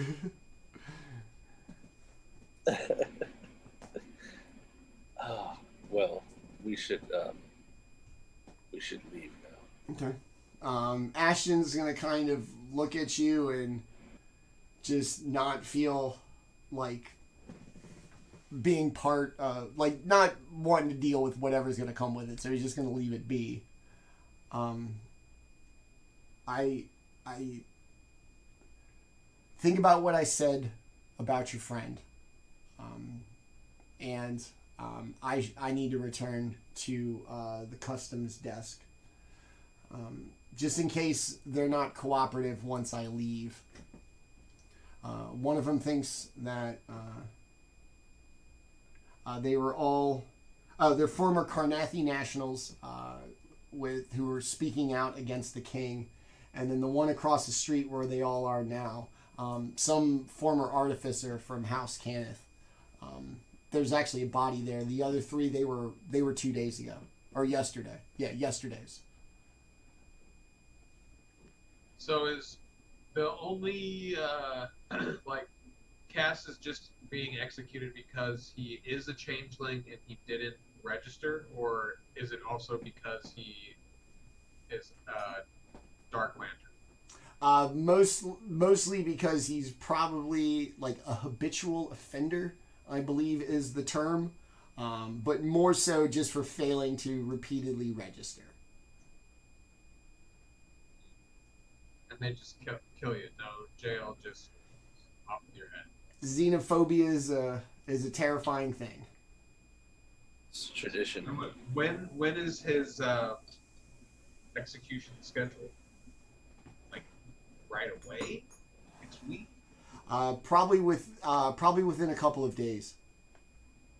We have to find him then. Everybody's freaked out about the attempted, the slaughter at the wedding. This is a dangerous time for our nation. We were there at the wedding. Then you can imagine how paranoid His Majesty must be. It was a scene. Well, it's also good cake. The cake I did not try.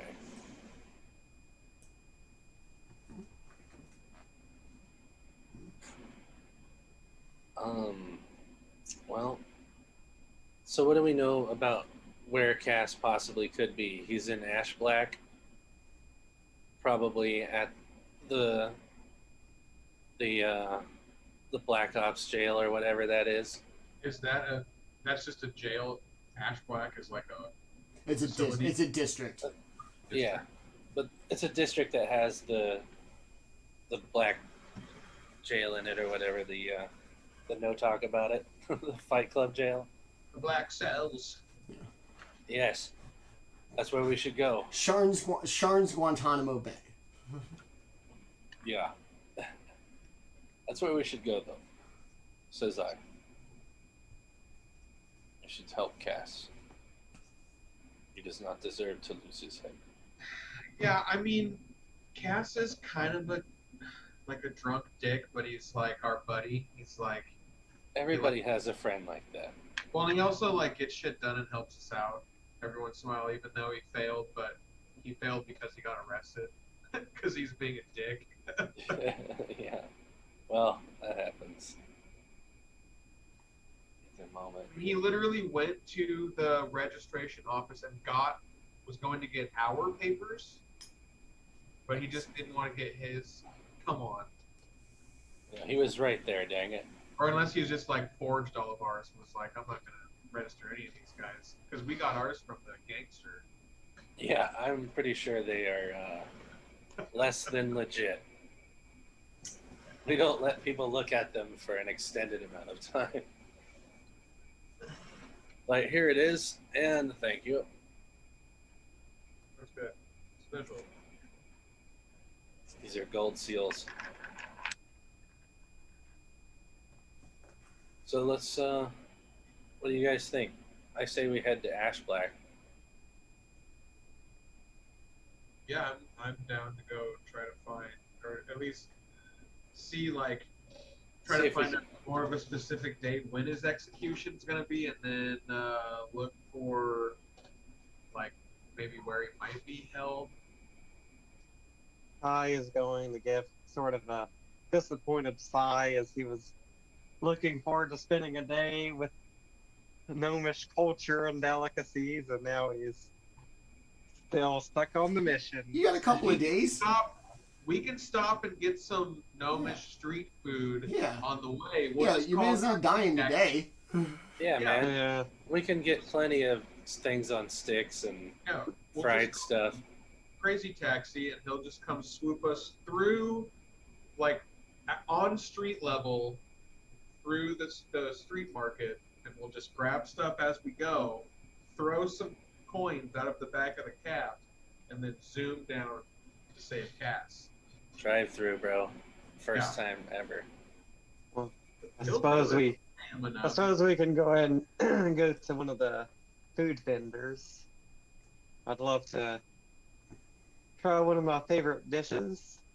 You can't spring anyone from prison on an empty stomach. We're doing Cass a disservice. If we're not like all loaded up, man, then he's doomed.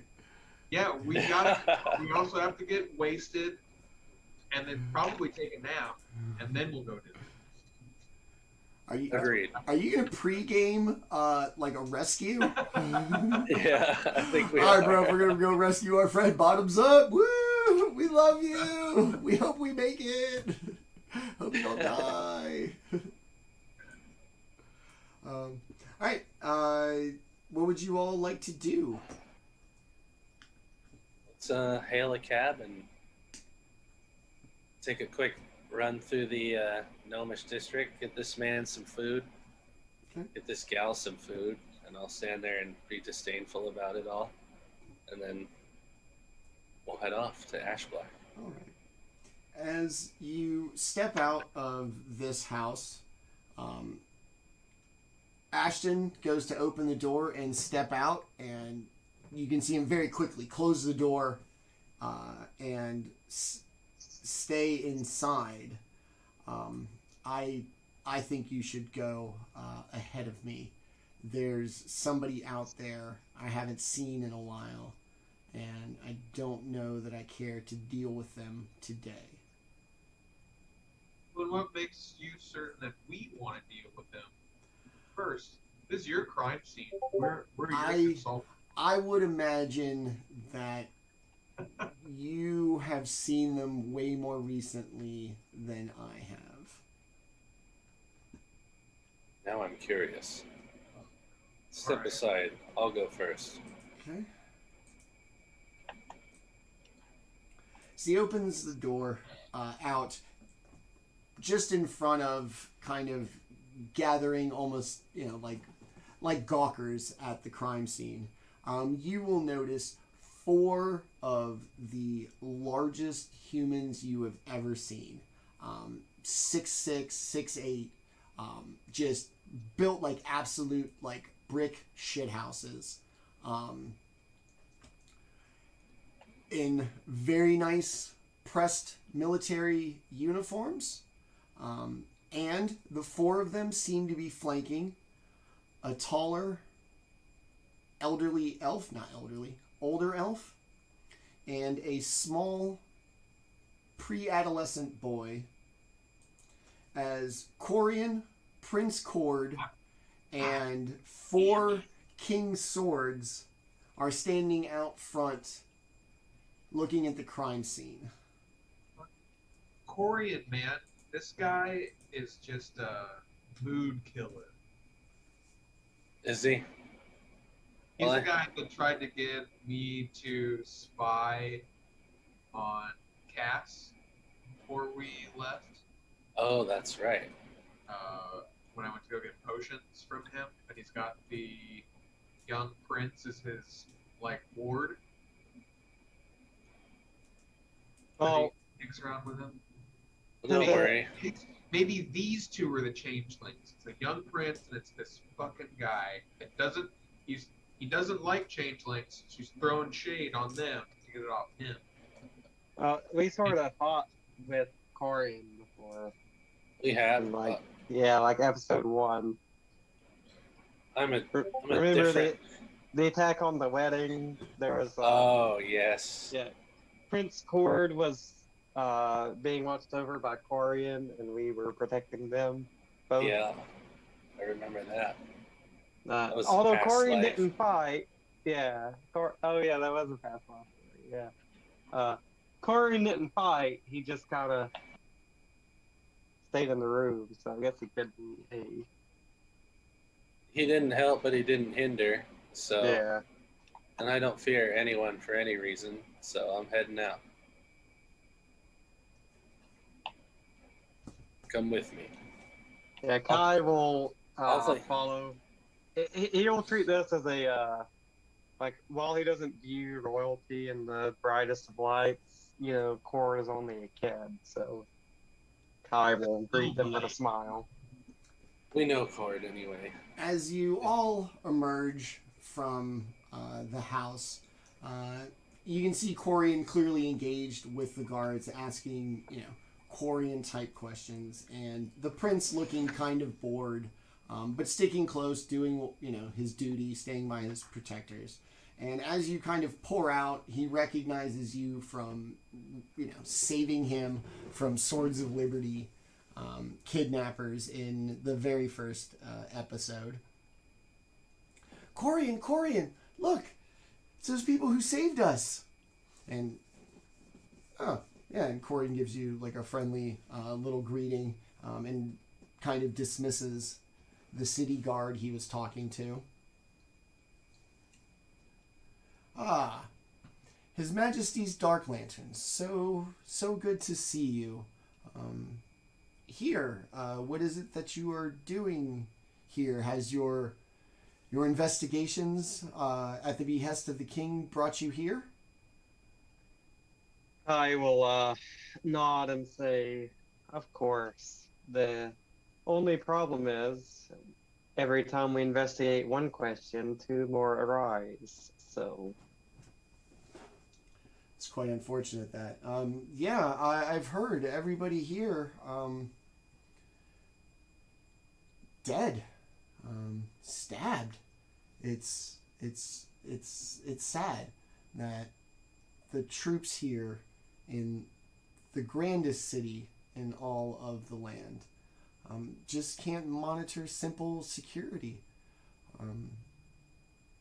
It's really a shame, especially with all the traffic. Apparently, King's Swords have been here quite often of late, and obviously we are thankful that the princes weren't here during these horrific murders, but they could have been. why they would be at a university is anybody's guess. They don't strike me as the literate intellectuals that they may pretend to be to attract the ladies. But nonetheless, we've heard reports of king's swords here. And with the princes living in Sharn, I can only imagine it's them. But for what purpose? I am at a loss. What have you found out that has brought you here?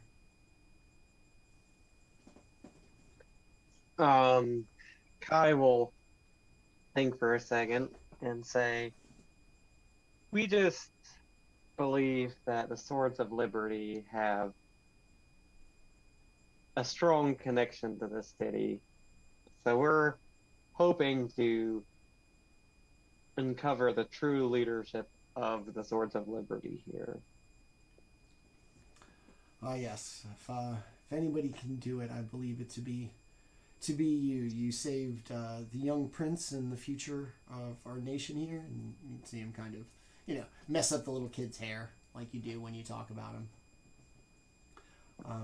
And His Majesty has obviously trusted you with this task, not to mention the honor of being Dark Lanterns for this nation and being able to do what you see fit to advance the cause of this nation and His Majesty.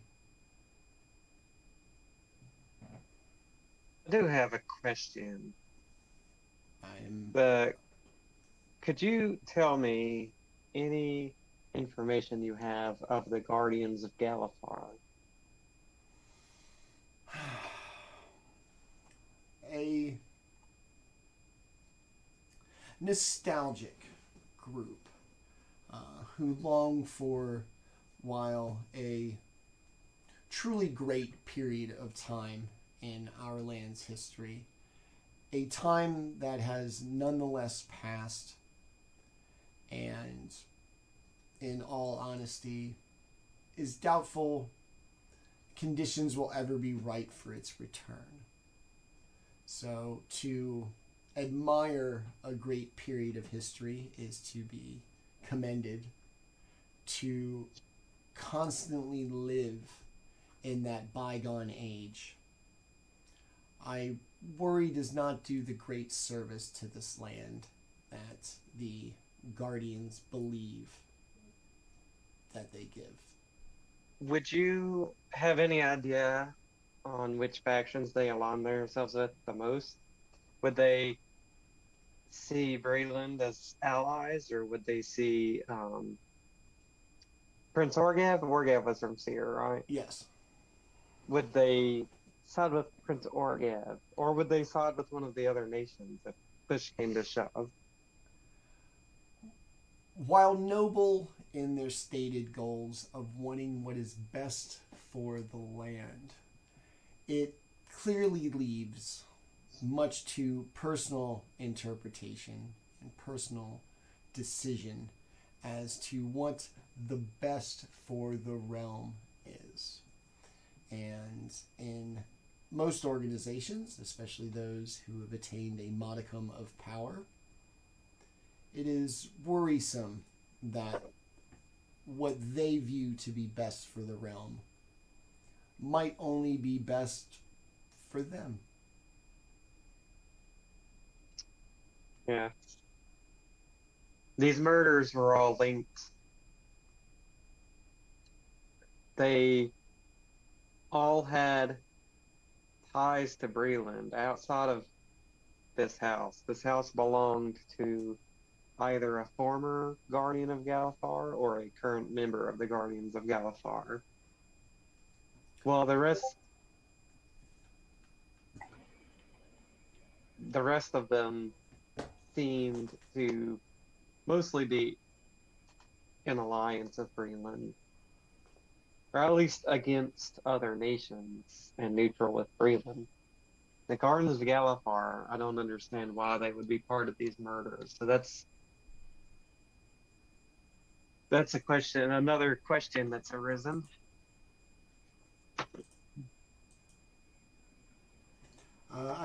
I do not know what to say. Longing for a period of the past, some might desire to only look to the future and to know more where we are going as opposed to where we have been. The Guardians seem very concerned about where we were and staying there.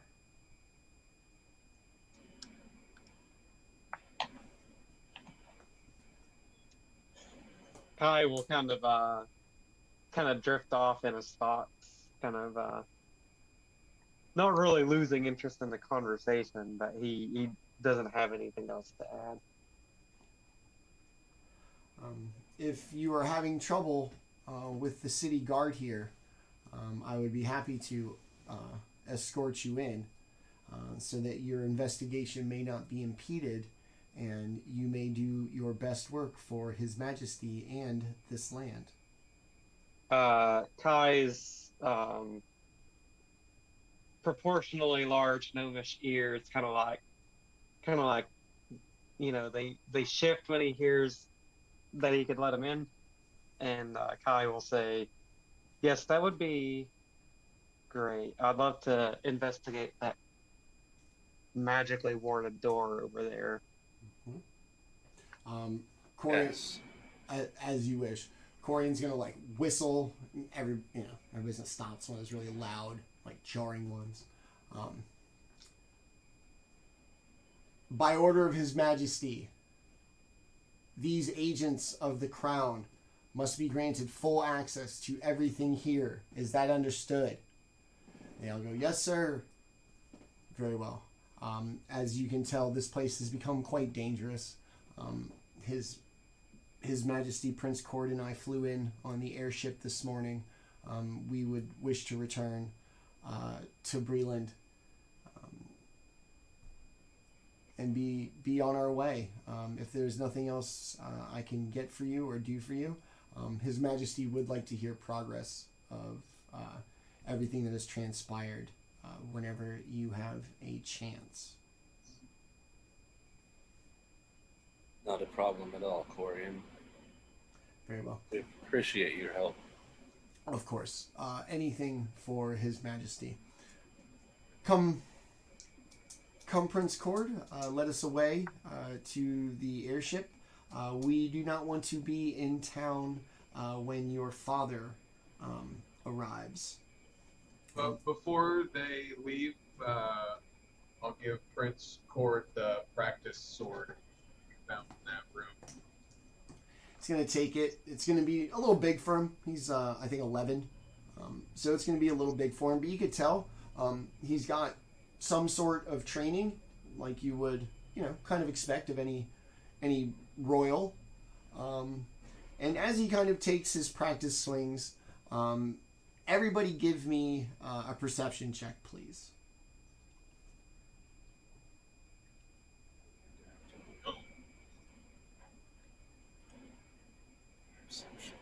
14. Okay. 11. Ooh, 14. okay.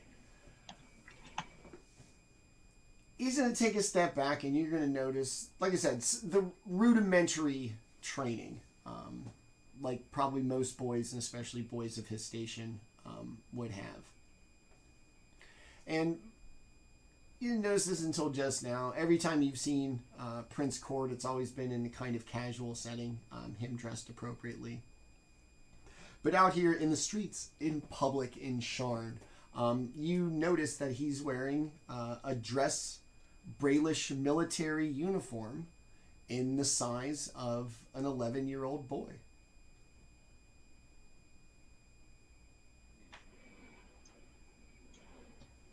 It's best for him to blend in, I suppose. The kid's got epaulets on, man. He's probably dressed like some bright blue version of Captain Crunch. Very well, Dark Lanterns. His Majesty and I need to return to Broken Blade Castle. They will give you anything that you need, and if not, tell them that I said to give you whatever you require.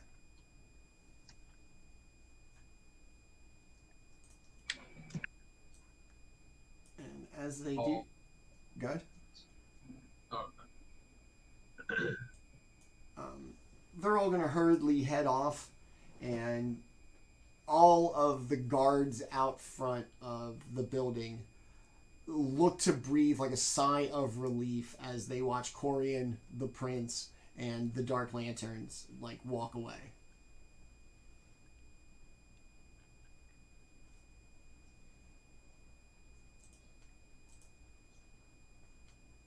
he doesn't seem like a fun boss. He's basically just that he's like aside from the king, you know, my man is in charge. Yeah, very, very hand of the king vibes from Corian. And Adrian has access to this house, correct? Yes. Kai will walk in to investigate. Okay. As you walk in, you're going to see Rel's friend in the city guard, short little redheaded female dwarf, beard the whole nine, chomping on a cigar. Whole room smells like cigars. And on the ground, you are going to see a human dead, lying in a pool of blood, with a bunch of it looks like a vest with like a bunch of little tools and all kinds of things for maybe a craftsman to have like at their disposal really quick while they worked. All of the books on the shelves are going to be about the history of House Cannith.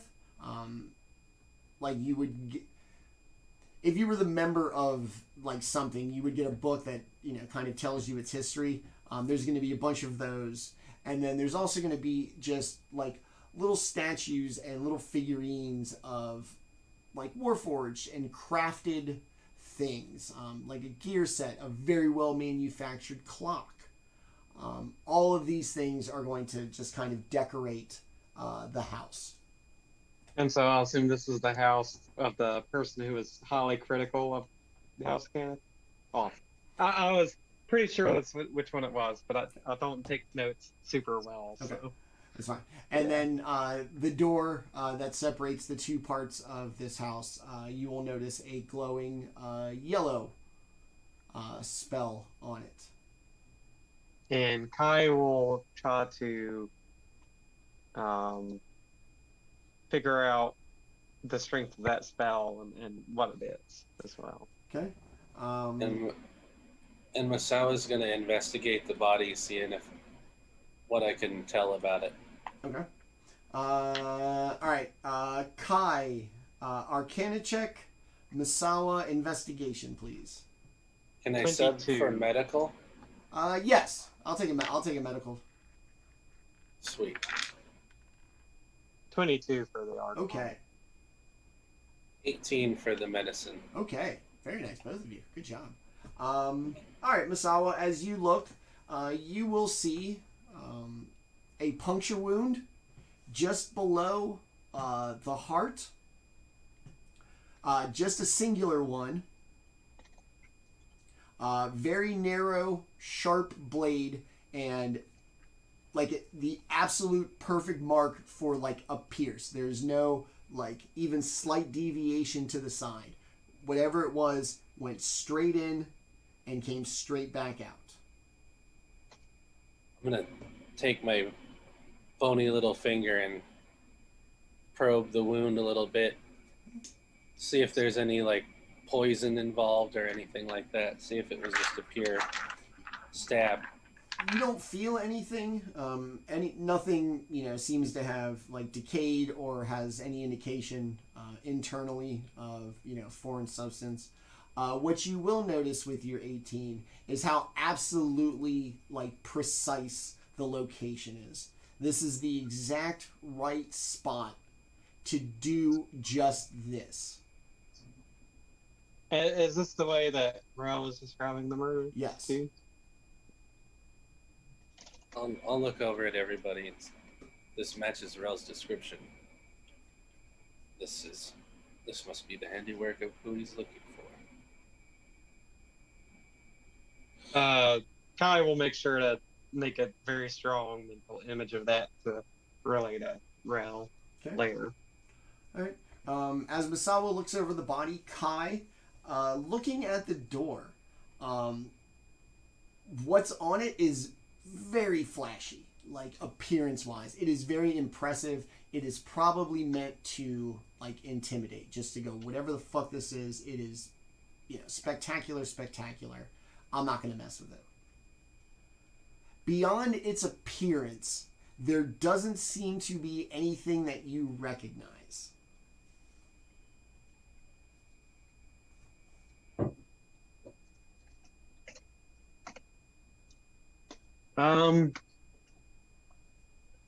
Kai will slowly reach out his hand to see if there's any pain or shocking from trying to touch it. Are you gonna put in and then pull out like hokey pokey style, or are you just gonna keep going until you get zapped? Until he gets zapped, and then very quickly pulls away. Okay. Rel's contact doesn't seem to be too interested. They seem a little put off by Quarian. In fact, let me say it this way. The first thing he's going to do is try to just open it with like Mage Hand. Okay. Pretty sure that won't work. And then he's going to try like physically interacting with it to see if it's similar to the other one. Can we accidentally push this little dwarf lady? This guard's right there. She's too stout. Yeah. Whip his ass into it. You're going to send your Mage Hand out, and as it reaches, kind of, like I said earlier, the event horizon, expect something to happen. It passes right through. It's almost obscured by, like, just the spectacular magic show coming off of the door.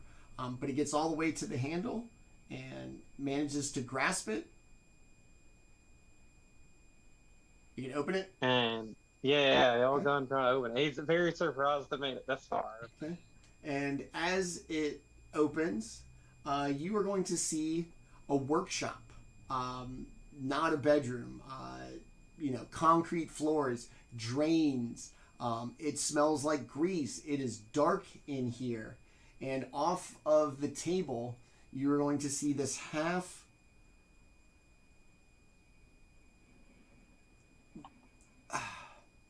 C-3PO in Phantom Menace, right? It worked, but he didn't have like all of his panels like covering him up. It was just a lot of like exposed wiring and all the joints and everything. This is going to be a Warforged just like that. It's not going to have all the body panels. It's not going to be finished in, like a marketable way, but it's going to just kind of sit up, Undertaker style, spin its legs around, get up, and you can hear the gears and everything kind of whirring as it makes its way over. Greetings, masters. I was waiting for somebody to return. We have much work to do, as you can tell. I am yet to be completed and given a purpose.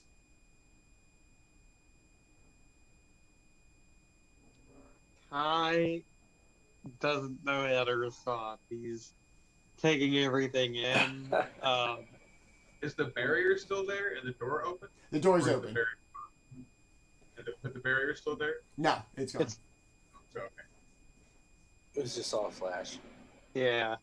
Kai was scared for nothing. Well, you never know till you know. Kai will say, are you a sentient Warforged? Like the not just the robot Warforged, but the actual like soul Warforged? It's going to look at you very confused. I'm afraid I don't understand the question.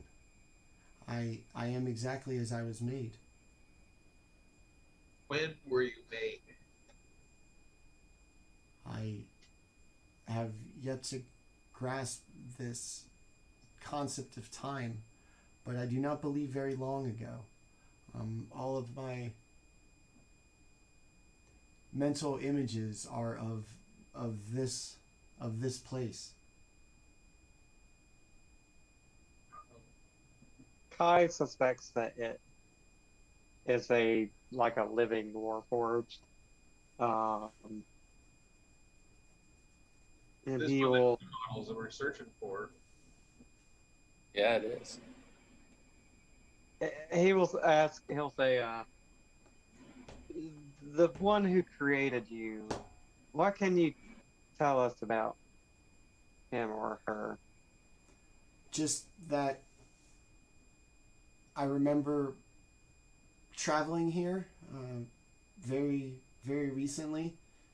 He seemed to be quite distraught, and it was a rush to be here. And I was told I wouldn't go back to our old home ever again. And now it appears as if he is no more. Your old home. Could you tell me details of it? It was very dark and very large, and there were thousands of us born every day, waiting to be picked up. So Kai's convinced that this is House Cannith, was the old home. But just to make sure, he will say, your creator, did he have any mark on his body? Any tattoo? A bright blue one on his neck that would glow when he gave me my exams. Did you see that mark anywhere in your old home? Oh, it was everywhere. And he's going to kind of turn a little bit, and you're going to see like the logo stamped on a piece of, kind of the outer skin that is, attached. We all have this. Very well. And did your creator, and I apologize for all the questions, but this is very important. It is quite all right. I am here to serve. Did your creator ever speak of Breland or the King or Corvair as a whole? I am afraid I'm not very good at conversation. Most of the things he spoke of were quite simplistic. Like I would imagine you would talk to a child. But concerns such as nations or monarchs were not a subject we discussed. Did your creator ever discuss any plans about all of those brethren of yours that was being created every day? I inquired why I wasn't left with my kind to be allowed to fulfill my purpose with them. And he did not tell me much other than it would be better for me to not be with my brothers and to stay here in this laboratory.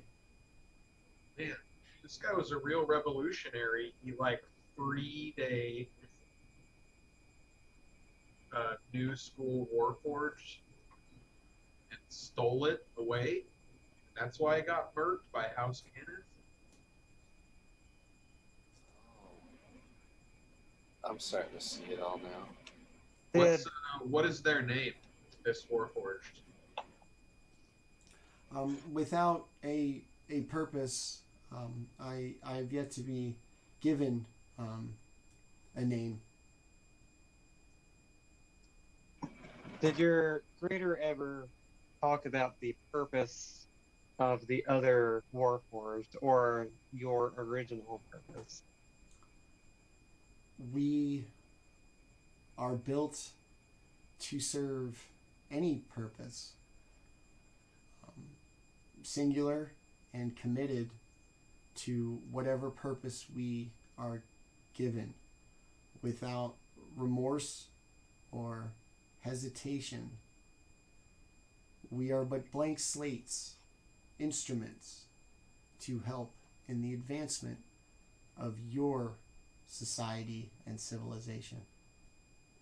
When your creator moved you here, did he ever introduce you to any other people? Oh no. You are actually the first people I have spoken to outside of my creator and outside of my home.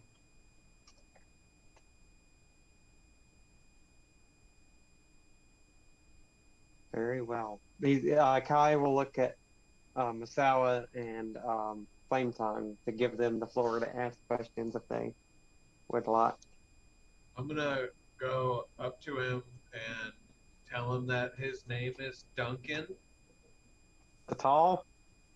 and I'm just gonna give him a religious pamphlet about the Church of the Silver Flame, and read up on this, do good throughout the city, and support the Church of the Silver Flame in Sharn. Duncan, faithful. I am honored by you bestowing a name upon me, and I will. I will do so to the best of my capabilities, but a purpose I feel would suit me quite well.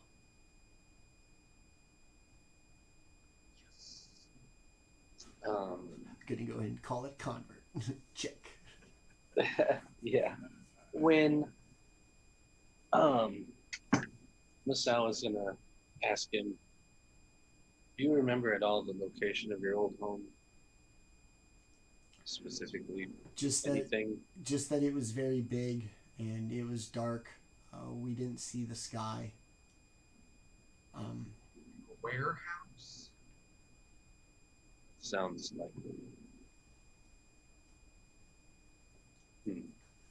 Weren't there people in the bar near the warehouses that we were at? Yeah, there was a house. Yeah, that was back when we were in Drum Keep? Was that after Drum Keep when we were in It was before that. Oh, 1 second. I know I have it somewhere.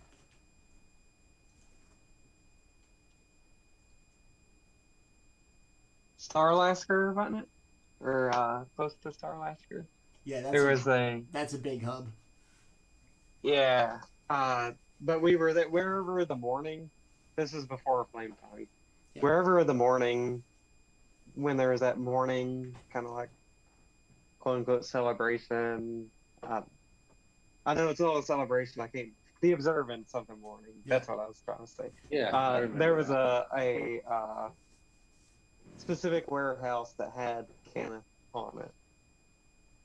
And I think it was in Starlasker. And there's also one in town too, or in Sharn that you walk by. It was in the neighborhood next to the the train station. Gotcha. That's right. I guess we'll ask the droid of Warforged, Duncan. Duncan. How long was the trip from your old home to this home? How long did it? Oh, minutes. It was within the city. Awesome. Excellent. Very helpful. Time to burn down a warehouse. Okay. Well, time to investigate. That escalated quickly. Okay. He didn't say that out loud. He just, Yeah, no, that's Let's just a burn this mental. shit down. All right, man. Yeah. We gonna ask any questions? No, just burn it. Just pyro timer. Yeah. I didn't ask any questions. I said I cast Fireball. exactly. It's a statement. Do we know what the so was the guy at the whoever's like house this is, was he part of House Kenneth? Yes. Was he the one with the dragon mark? Yes. That they're okay. Yeah, you can see the tattoo on the back of his neck, or like on the back, the back of his neck and shoulder, as he lies there dead on the floor. And we're at the university right now? Yes, you're on the grounds of the university. This is technically university housing, and Okay. all of these people seemingly were employed or working with the university. All right. So a member of House Kenneth stole a new version Warforged to bring here to either study or maybe he's the one at the root of it. This is just his warehouse or his workshop. Sounds like a production. Yeah. Well, he said he took him from the place and said it was just better that he wasn't there. Yeah, maybe this guy has a little bit more sentience than the others, and he just didn't want him to be affected by what else is going on. Who knows? Maybe this one's defective in some way. Maybe he was just a nice guy. Just wanted to get out one day. So we could either head to the warehouses to try to find them and prove that House Kenneth is the one creating these. That would be devastating for their house if But we I think we need a revealed little bit more evidence before we go casting so much shade at probably like one of the more important Dragon Mark houses. Yeah, but they're breaking so many accords right now. We gotta. Yeah, it's kind of flimsy. Like, oh, we have this guy, and he's got like he could just be like, well, what if he bought it and he just had it here? They're not going to take the word of a like barely sentient warforged. Do we end the barely sentient work? No, man, he's a disciple for the Church of the Silver Flame now. Well, and that'd be like killing a child. It's only like, 6 months old. I asked. I'm not. Yeah. Yes, it's a yes or no question. Yeah, I don't think we should. I'll give him Okay. a whole stack of tracks. Give him an outfit too. Plus, it's looking for a purpose. We could even have it cause a distraction. It can still die in service for good things, but we can just get it to do whatever we want. So we get a Bernie to carry around for the weekend. That we could throw at somebody if we have to. He'll walk himself. You don't have to carry him. He can walk. It's probably heavy. You don't have to And play music. if it dies, it dies. Carry But, our we should stuff. make it useful before it dies. And he can carry our stuff too. That backpack full of gold that Rel's been dragging from city to city. Just have this guy carry it. He's gonna get arthritis, man. Your purpose is pack mule, Duncan. Well, anyway, we could just leave Duncan to his devices now that he's the initiate of the Silver Flame.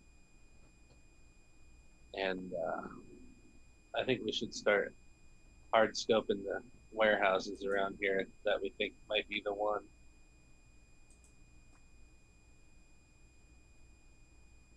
I could get us to somewhere we would have an advantage with our spying. Wait till it's dark.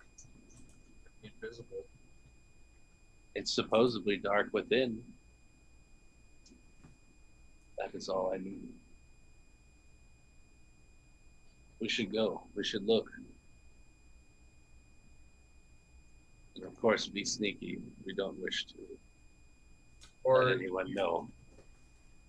Or we could go try to look for Cass as well.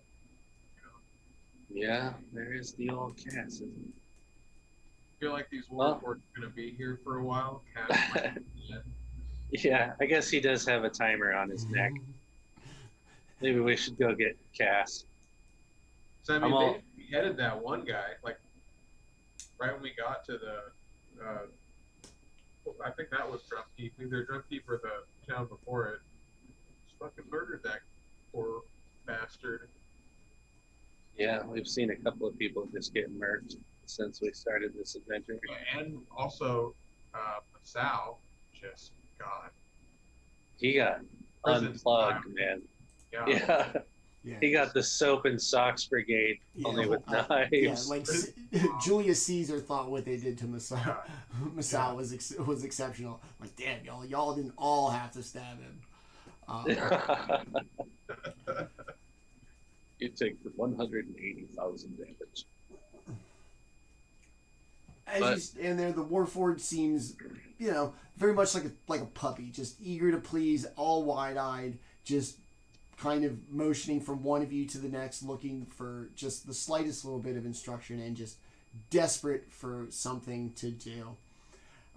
Outside, as both of the doors are open, the door to the workshop and then the front door out to the street, the festive sounds that you heard from the Gnomish Festival when you were flying over have really started to kick in, that there's this constant sound of fireworks and all kinds of like revelry just going on in the neighboring district, that even the Warforged is a little intrigued by. Like, this, fireworks go off and you can see him kind of looking as curious as somebody with, something of a rudimentary intelligence could muster.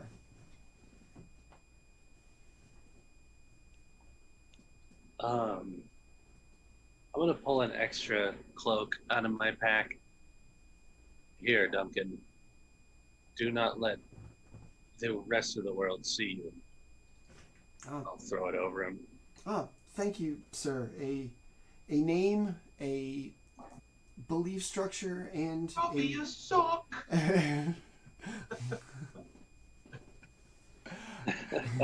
Yes, this is essentially your House Warforged that you have freed. And you see, it's expressionless. It's still an advanced construct, but, it's not much more than a really advanced toaster. Kind of strutting around the place and seeming to go about, at least a routine around the workshop, straighten everything up, kind of jumbling all the pieces that are just kind of strewn about, seems to be straightening them up. Very well. I shall spread the word of our Lord, the Silver Flame, and await your return for further instructions.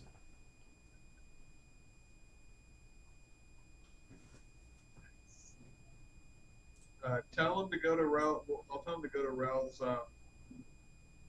Give him directions. I'll draw him a map to Rel's office. Okay. Yeah. There. Tell him to keep it clean up there for us. Clean it up. Tidy it up. Shall I go now? Go right now. Very well. Don't dilly-dally. I assure you, madam, I will dilly no dallies. And it's just going to kind of, make its way out into the streets. And as it does so, get out into the streets, like a big batch of fireworks are going to go off from the festival, and you're going to see it kind of startled, look back, a little concerned. Copy more of religious pamphlets after you're done cleaning. Mm-hmm.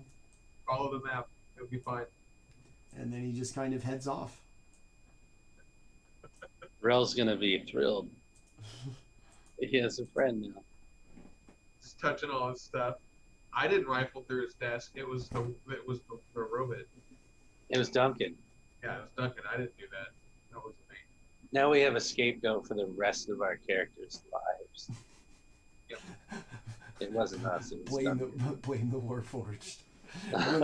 This religious zealot Warforged just went crazy. Yeah, That's we what don't I'm saying. understand. That's what I'm saying. Let it be useful before it dies.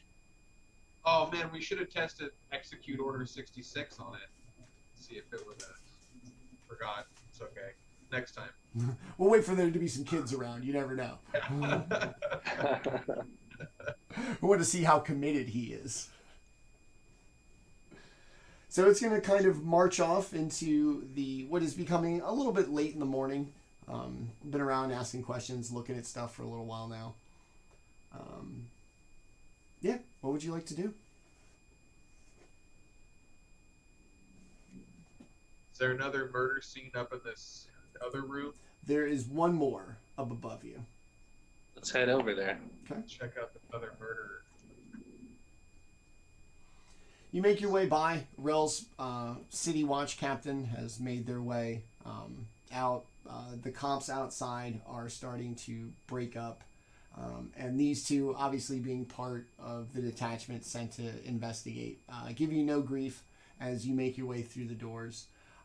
This one, much like the changeling across the street, the tables are covered in books and parchment and scrolls as a collective history and some very pointed marks about the King of Karnath.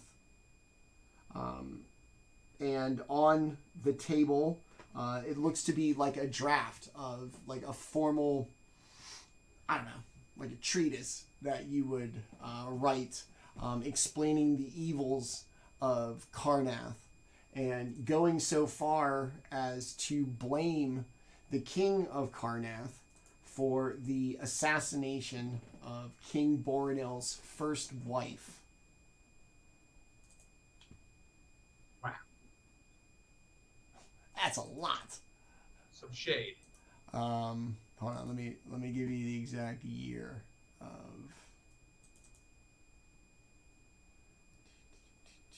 That's not our king. No, that's another nation. Yes, no, it is your king. Oh, yes, the King of Karnath killed this king, the first queen, Bornel's first queen, in the year 971, so 28 years ago. Oh, rude boy. Pretty much.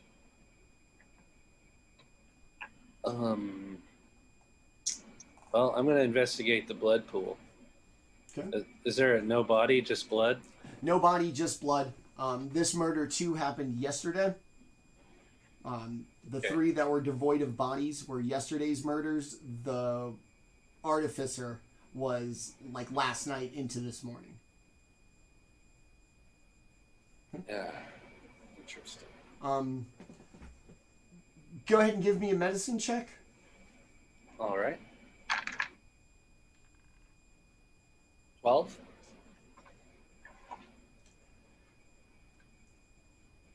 Actually, you know what? I'm going to use my past life knowledge Okay. to bring that up to an 18. Okay. The blood pool is going to be consistent with the artificers. There's not like a lot of blood spatter as we turn into Dungeons and Dragons Dexter here. Not a lot of blood splatter.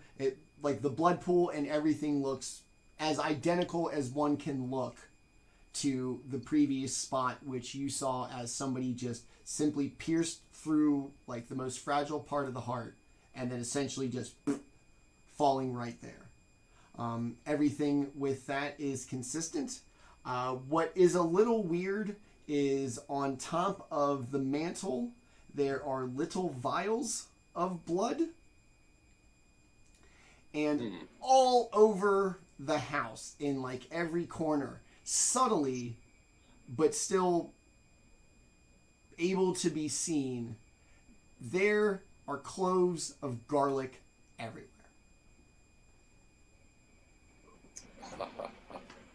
I've seen superstitious behaviors like this before. It never works. Fools. I will go ahead and take one of the vials of blood Okay. and hold it up to my not nose. Does it smell anything? Smell weird? I've smelled plenty of blood.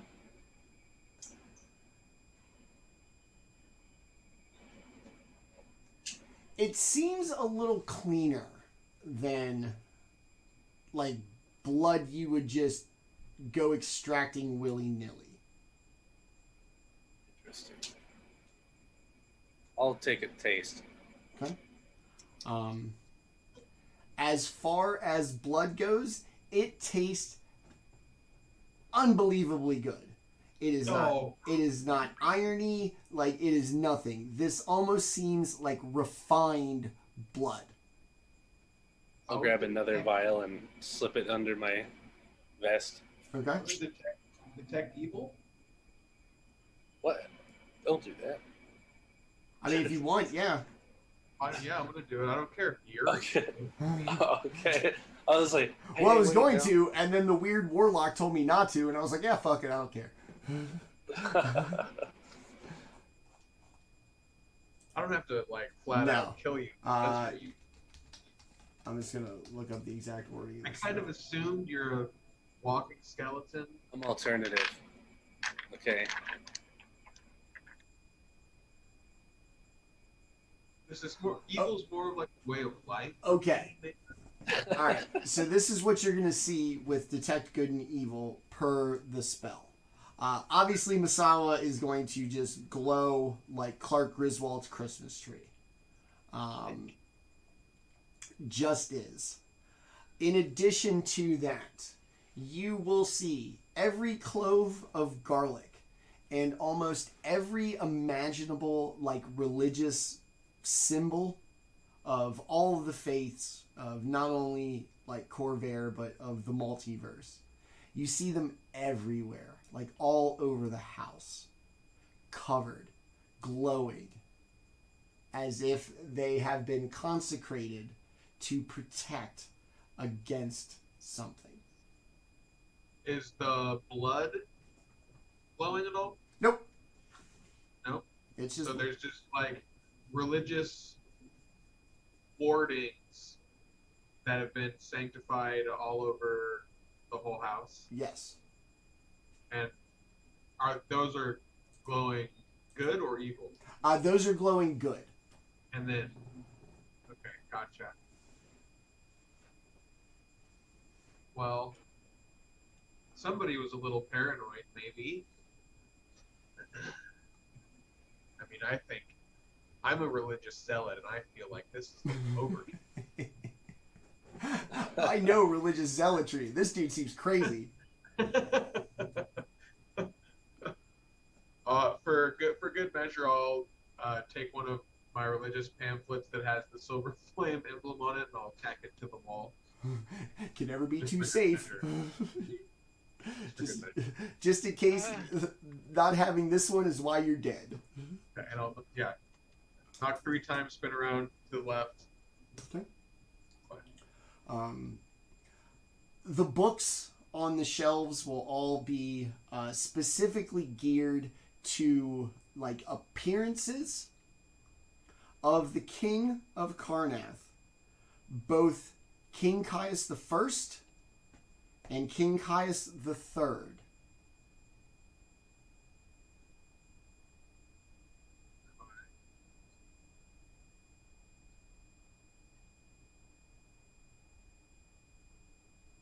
It's a lot of books.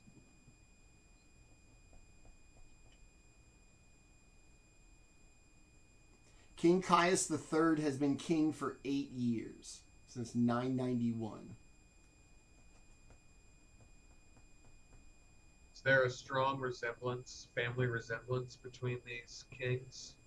Give You see me any books? give me an investigation check. Or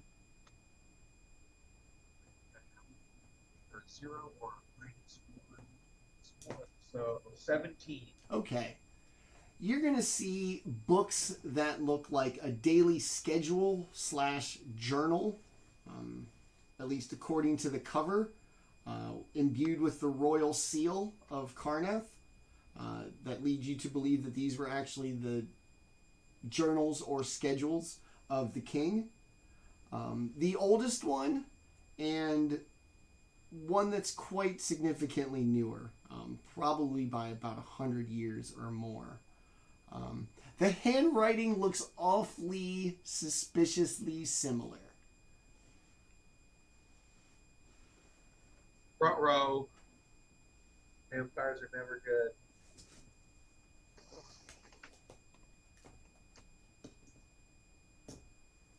But what would a vampire want with a Warforged army? Nope, solved it. The vampire's gonna fucking kill everybody and then Zamboni all their blood off the ground that the Warforged spilled. This is not gonna be a good day. And Karna is the biggest nation that supports the Blood of All, which does have a sect. Not that Kai isn't part of this, even though he's part of the Blood of All. But there's a sect of the Blood of All that also serves. I think it serves a lich, and is big on the undead, killing people thing. The Emerald Fall, Order of the Emerald Fall. That's what it is. Yeah, serves a lich known as the Queen of Death. Sick. So if this Caius the Third vampire is working with the Queen of Death and a bunch of Warforged, it could be an undead / robot army against the nations. Oh my god, I want that. Out of character. Sorry. Look, I'm not saying I'm not going to do my job, but if we fail and that happens, I'm not going to be mad. It's a win-win. I don't want to be Team Warforged Vampire, but I'm not Team Warforged Vampire. Is this doorway to the other room glowing at all with any kind of magic aura? No. Let's go in this. Okay. You.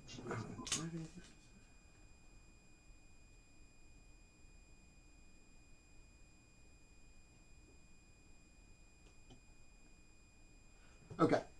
In this room, you'll see a bookshelf with much more kind of ornate books along them.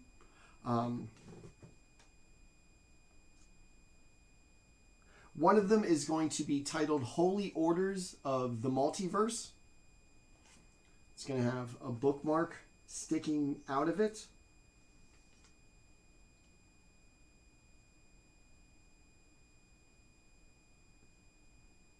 More books about vampires.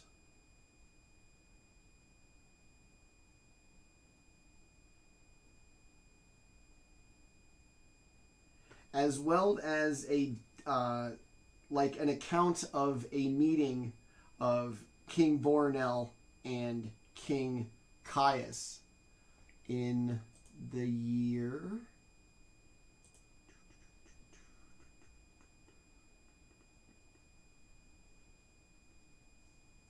in the year 974.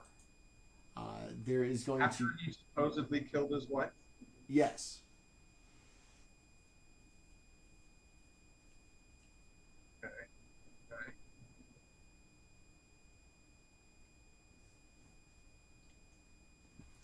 And King Bornell's still alive. Right? Yes, he is. Yes, he is the current king of Breland. Okay, yeah, the guy working for death. Yes. And King Caius is undead. Yeah, I'm all about not letting an undead. What's wrong with undead? I don't understand. this specific, not all undead, this specific undead vampire, I'm gonna go ahead and get a braid of garlic and wear it around my neck. Okay.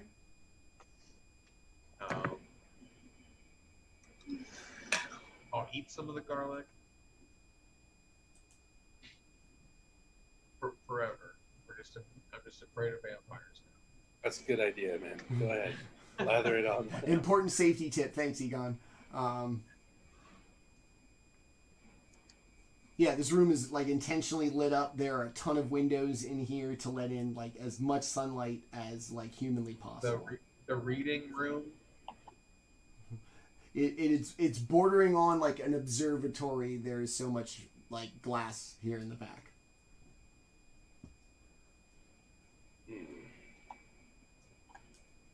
And then in the book,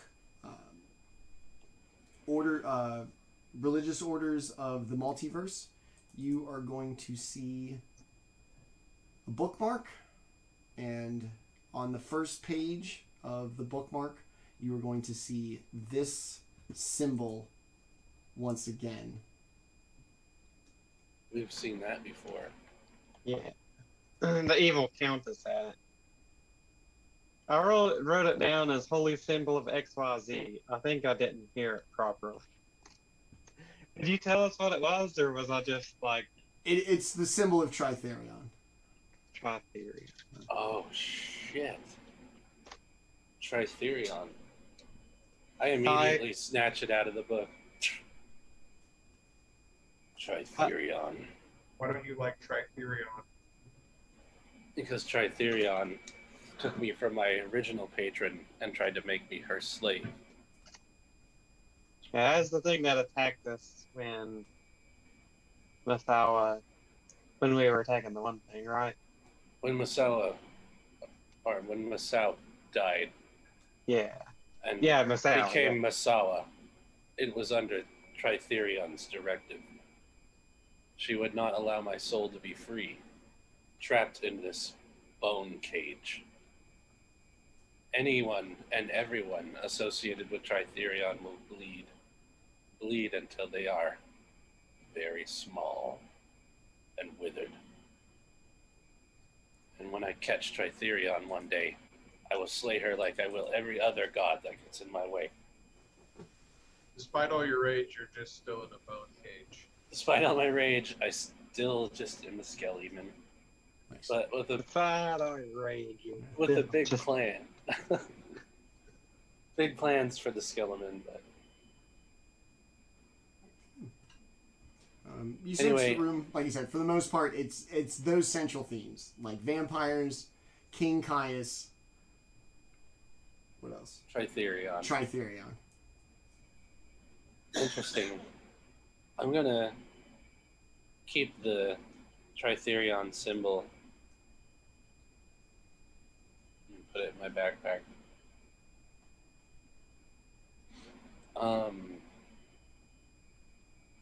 Interesting. It seems that some things are intertwined. This conspiracy theory just got way very more deep. Conspiracy. Yes. The rabbit hole goes deeper than we thought. This is an onion. Real onion type situation here. Yeah. Many, many layers. Right. I think that on that kind of befuddled note is a good time to end our session before we get into anything a little too noodle melting. You guys basically. Well, you did just drop a bomb on us. I was like, you guys did get all the clues, so I'll consider this really successful. Yeah, so that's going to be it for our episode this evening. We've been off the air for a little while. I've had some things to deal with. It's been really hard. It was so good to be back with all of these guys as a way of not only healing from the things I'm dealing with, but just to get back to the routine and get to, more than anything, just hang out and have some fun with your friends. And for that, I am forever grateful. You saw them play very different characters, all very well. tonight. Behind them, they are even better people. At the end of the show, we give them a chance to tell us about themselves before we get out of here. Let us start. Everybody had like a very like kind of successful session here. We're going to start with Flametongue. So you have officially gotten a convert, which I know is a big win for you. You've gotten a convert.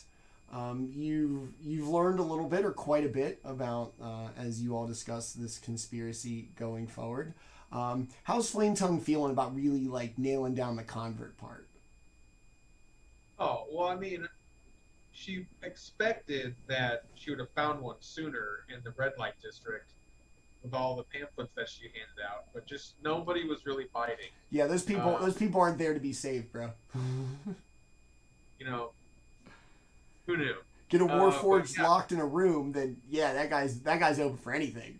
Yeah, he was very eager, you know, and you know, the Duncan is Warforged brother Flametongue's brother who died, so and he was, you know, probably simple just like her, so she saw a little bit of him in this Warforged that needed guidance, so yeah, very, very happy to have a convert. Hopefully he makes it back to the office. Flametongue is not a cartographer, so it's probably poorly scrolled. Not familiar with the city either, so 2 strikes against you. 50-50. I'm not a very good map maker, and I don't know where the fuck I'm going either, so good luck, Duncan. Find this guy. They gave him a card to the crazy taxi sky taxi driver, so hopefully he'll get him back. They'll be best friends. Won't get motion sick, just having a good old time. Yeah. And then tell us about our friend Nick.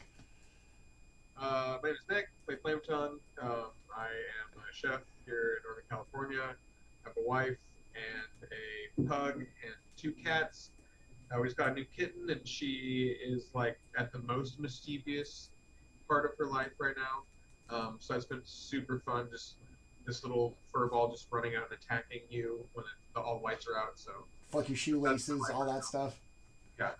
Awesome. I want a kitten so bad. But thanks, buddy. It's good to see you. I'm glad you're back. I'm glad we're back. Yeah, thank you. Love playing with these guys. It's a joy. All right, awesome.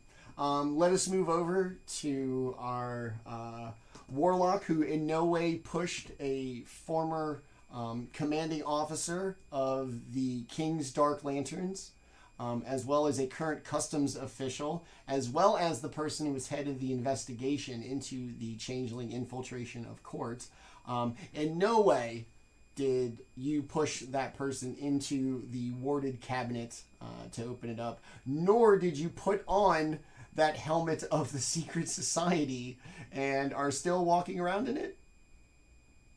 Yeah, that's a pretty accurate depiction of what could have occurred. Okay. Asking for a friend heard. So if those things were to have occurred, and if in some way you were party to those things possibly occurring, how do you feel about everything you just kind of learned here recently? It seemed like a lot. And then tell us about our boy Tenta. So Masawa has been, as a warlock, an undead warlock especially, he's had several patrons at this point, and at this point he feels more or less like a slave to the gods rather than even a minion. You know, like at least a minion gets a choice here and there, but he really feels like he's been completely taken advantage of, and hearing that Tritherion is connected to his current situation is just infuriating, because he feels like everywhere he goes, there's Tritherion, there's Caius, he can't get away from it. All right. And tell us about our boy Tenta. And then there's me, I'm Tenta, I'm married, I've got 2 cats, I collect knives and I stab stuff on YouTube, and water bottles don't stand a chance. No, and there will be many more other targets coming up that won't stand much of a chance either. Awesome.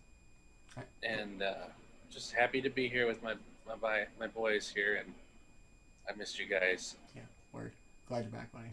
All right. Last and not least, our gnome, who still, we have every intention of getting to the festival.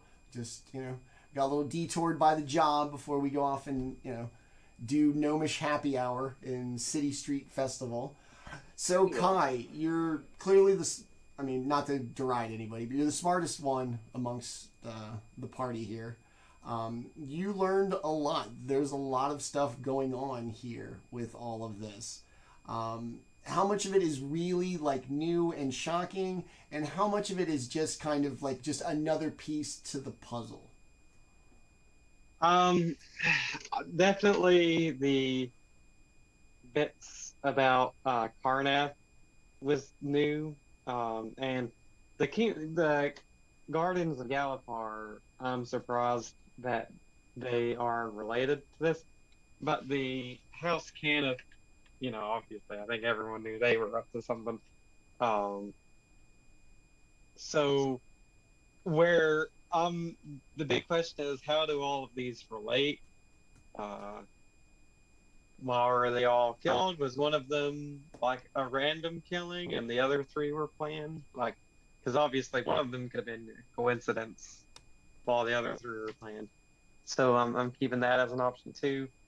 But lots of questions with that. I said Kai was going to be, responsible but selectively responsible, and that's exactly what he did. We needed to get past the ward, so when Masawa had an idea of how to get past the ward, Kai looked the other way. So Kai was pretty happy with the results that played out in our favor. If by chance that accidentally did happen. Yes, if by chance it accidentally did happen, that's how I had something to do with it. Yes, that's how it goes. All right, and tell us about our buddy Landon. I'm a software developer, and during the day, these past few weeks have been very stressful for work. So while I hate that we haven't been able to play the past few weeks, it's also worked out really well in my favor because I've been working a lot extra trying to get certain things done, certain bug fixes before pushes to production and stuff. So that's been fun. Been dealing with that. I'm basically finished with it now, so I've got a lot of burdens lifted off my shoulders. I have a wife and I have two big Saint Bernard puppies, Beowulf and Snow. I love video games, especially like medieval-ish fantasy type of games, but also really like I can't even think of the name, but basically what Eberron is, the sort of steampunk, magic punk. Steampunk, yeah, steampunk. I really like that as well, like Final Fantasy VII and all that. I've been playing a lot of Final Fantasy 14 lately, so that's always fun too. But really, I'm just glad to get to play with you guys again. We missed Dustin, of course, but can't wait till he can play again. And love you guys. Missed you guys. Always enjoy playing with you all. I know there's a long. It's fine.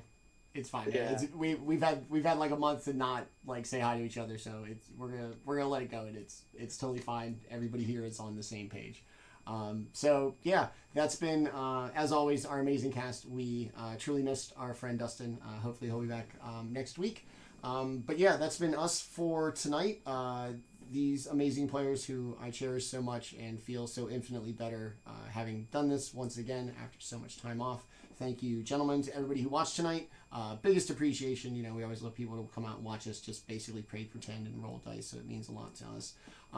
I've been Manny at GrowedUpGeek on your social medias. You can join us Wednesday night, tomorrow night, 7 p.m. Eastern Time for our next episode of our high-level limited campaign, Dynasty of Dragons. Also, the rest of this month, be on the lookout for random one-shots. Give us a follow on Twitch to keep up with notifications about any time we could be just throwing a one-shot together. Also, look forward to a collaboration on a good friend and fellow streamer, Just the Humans Twitch page, as I'm going to be hosting a 4 to 6 part mini series over there for Jess and some of their friends who we've gotten to know, and really excited to go do that. So we'll have information about that. To everybody who watched tonight, thank you very much. To my players, as always, I love you guys. Thank you. And that's going to be it for us tonight. We'll see you tomorrow night. But in the meantime, always remember, I love Dungeons & Dragons and the people who play it. And we will see you tomorrow night for Dynasty of Dragons. Thank you very much. Have a good night. Bye.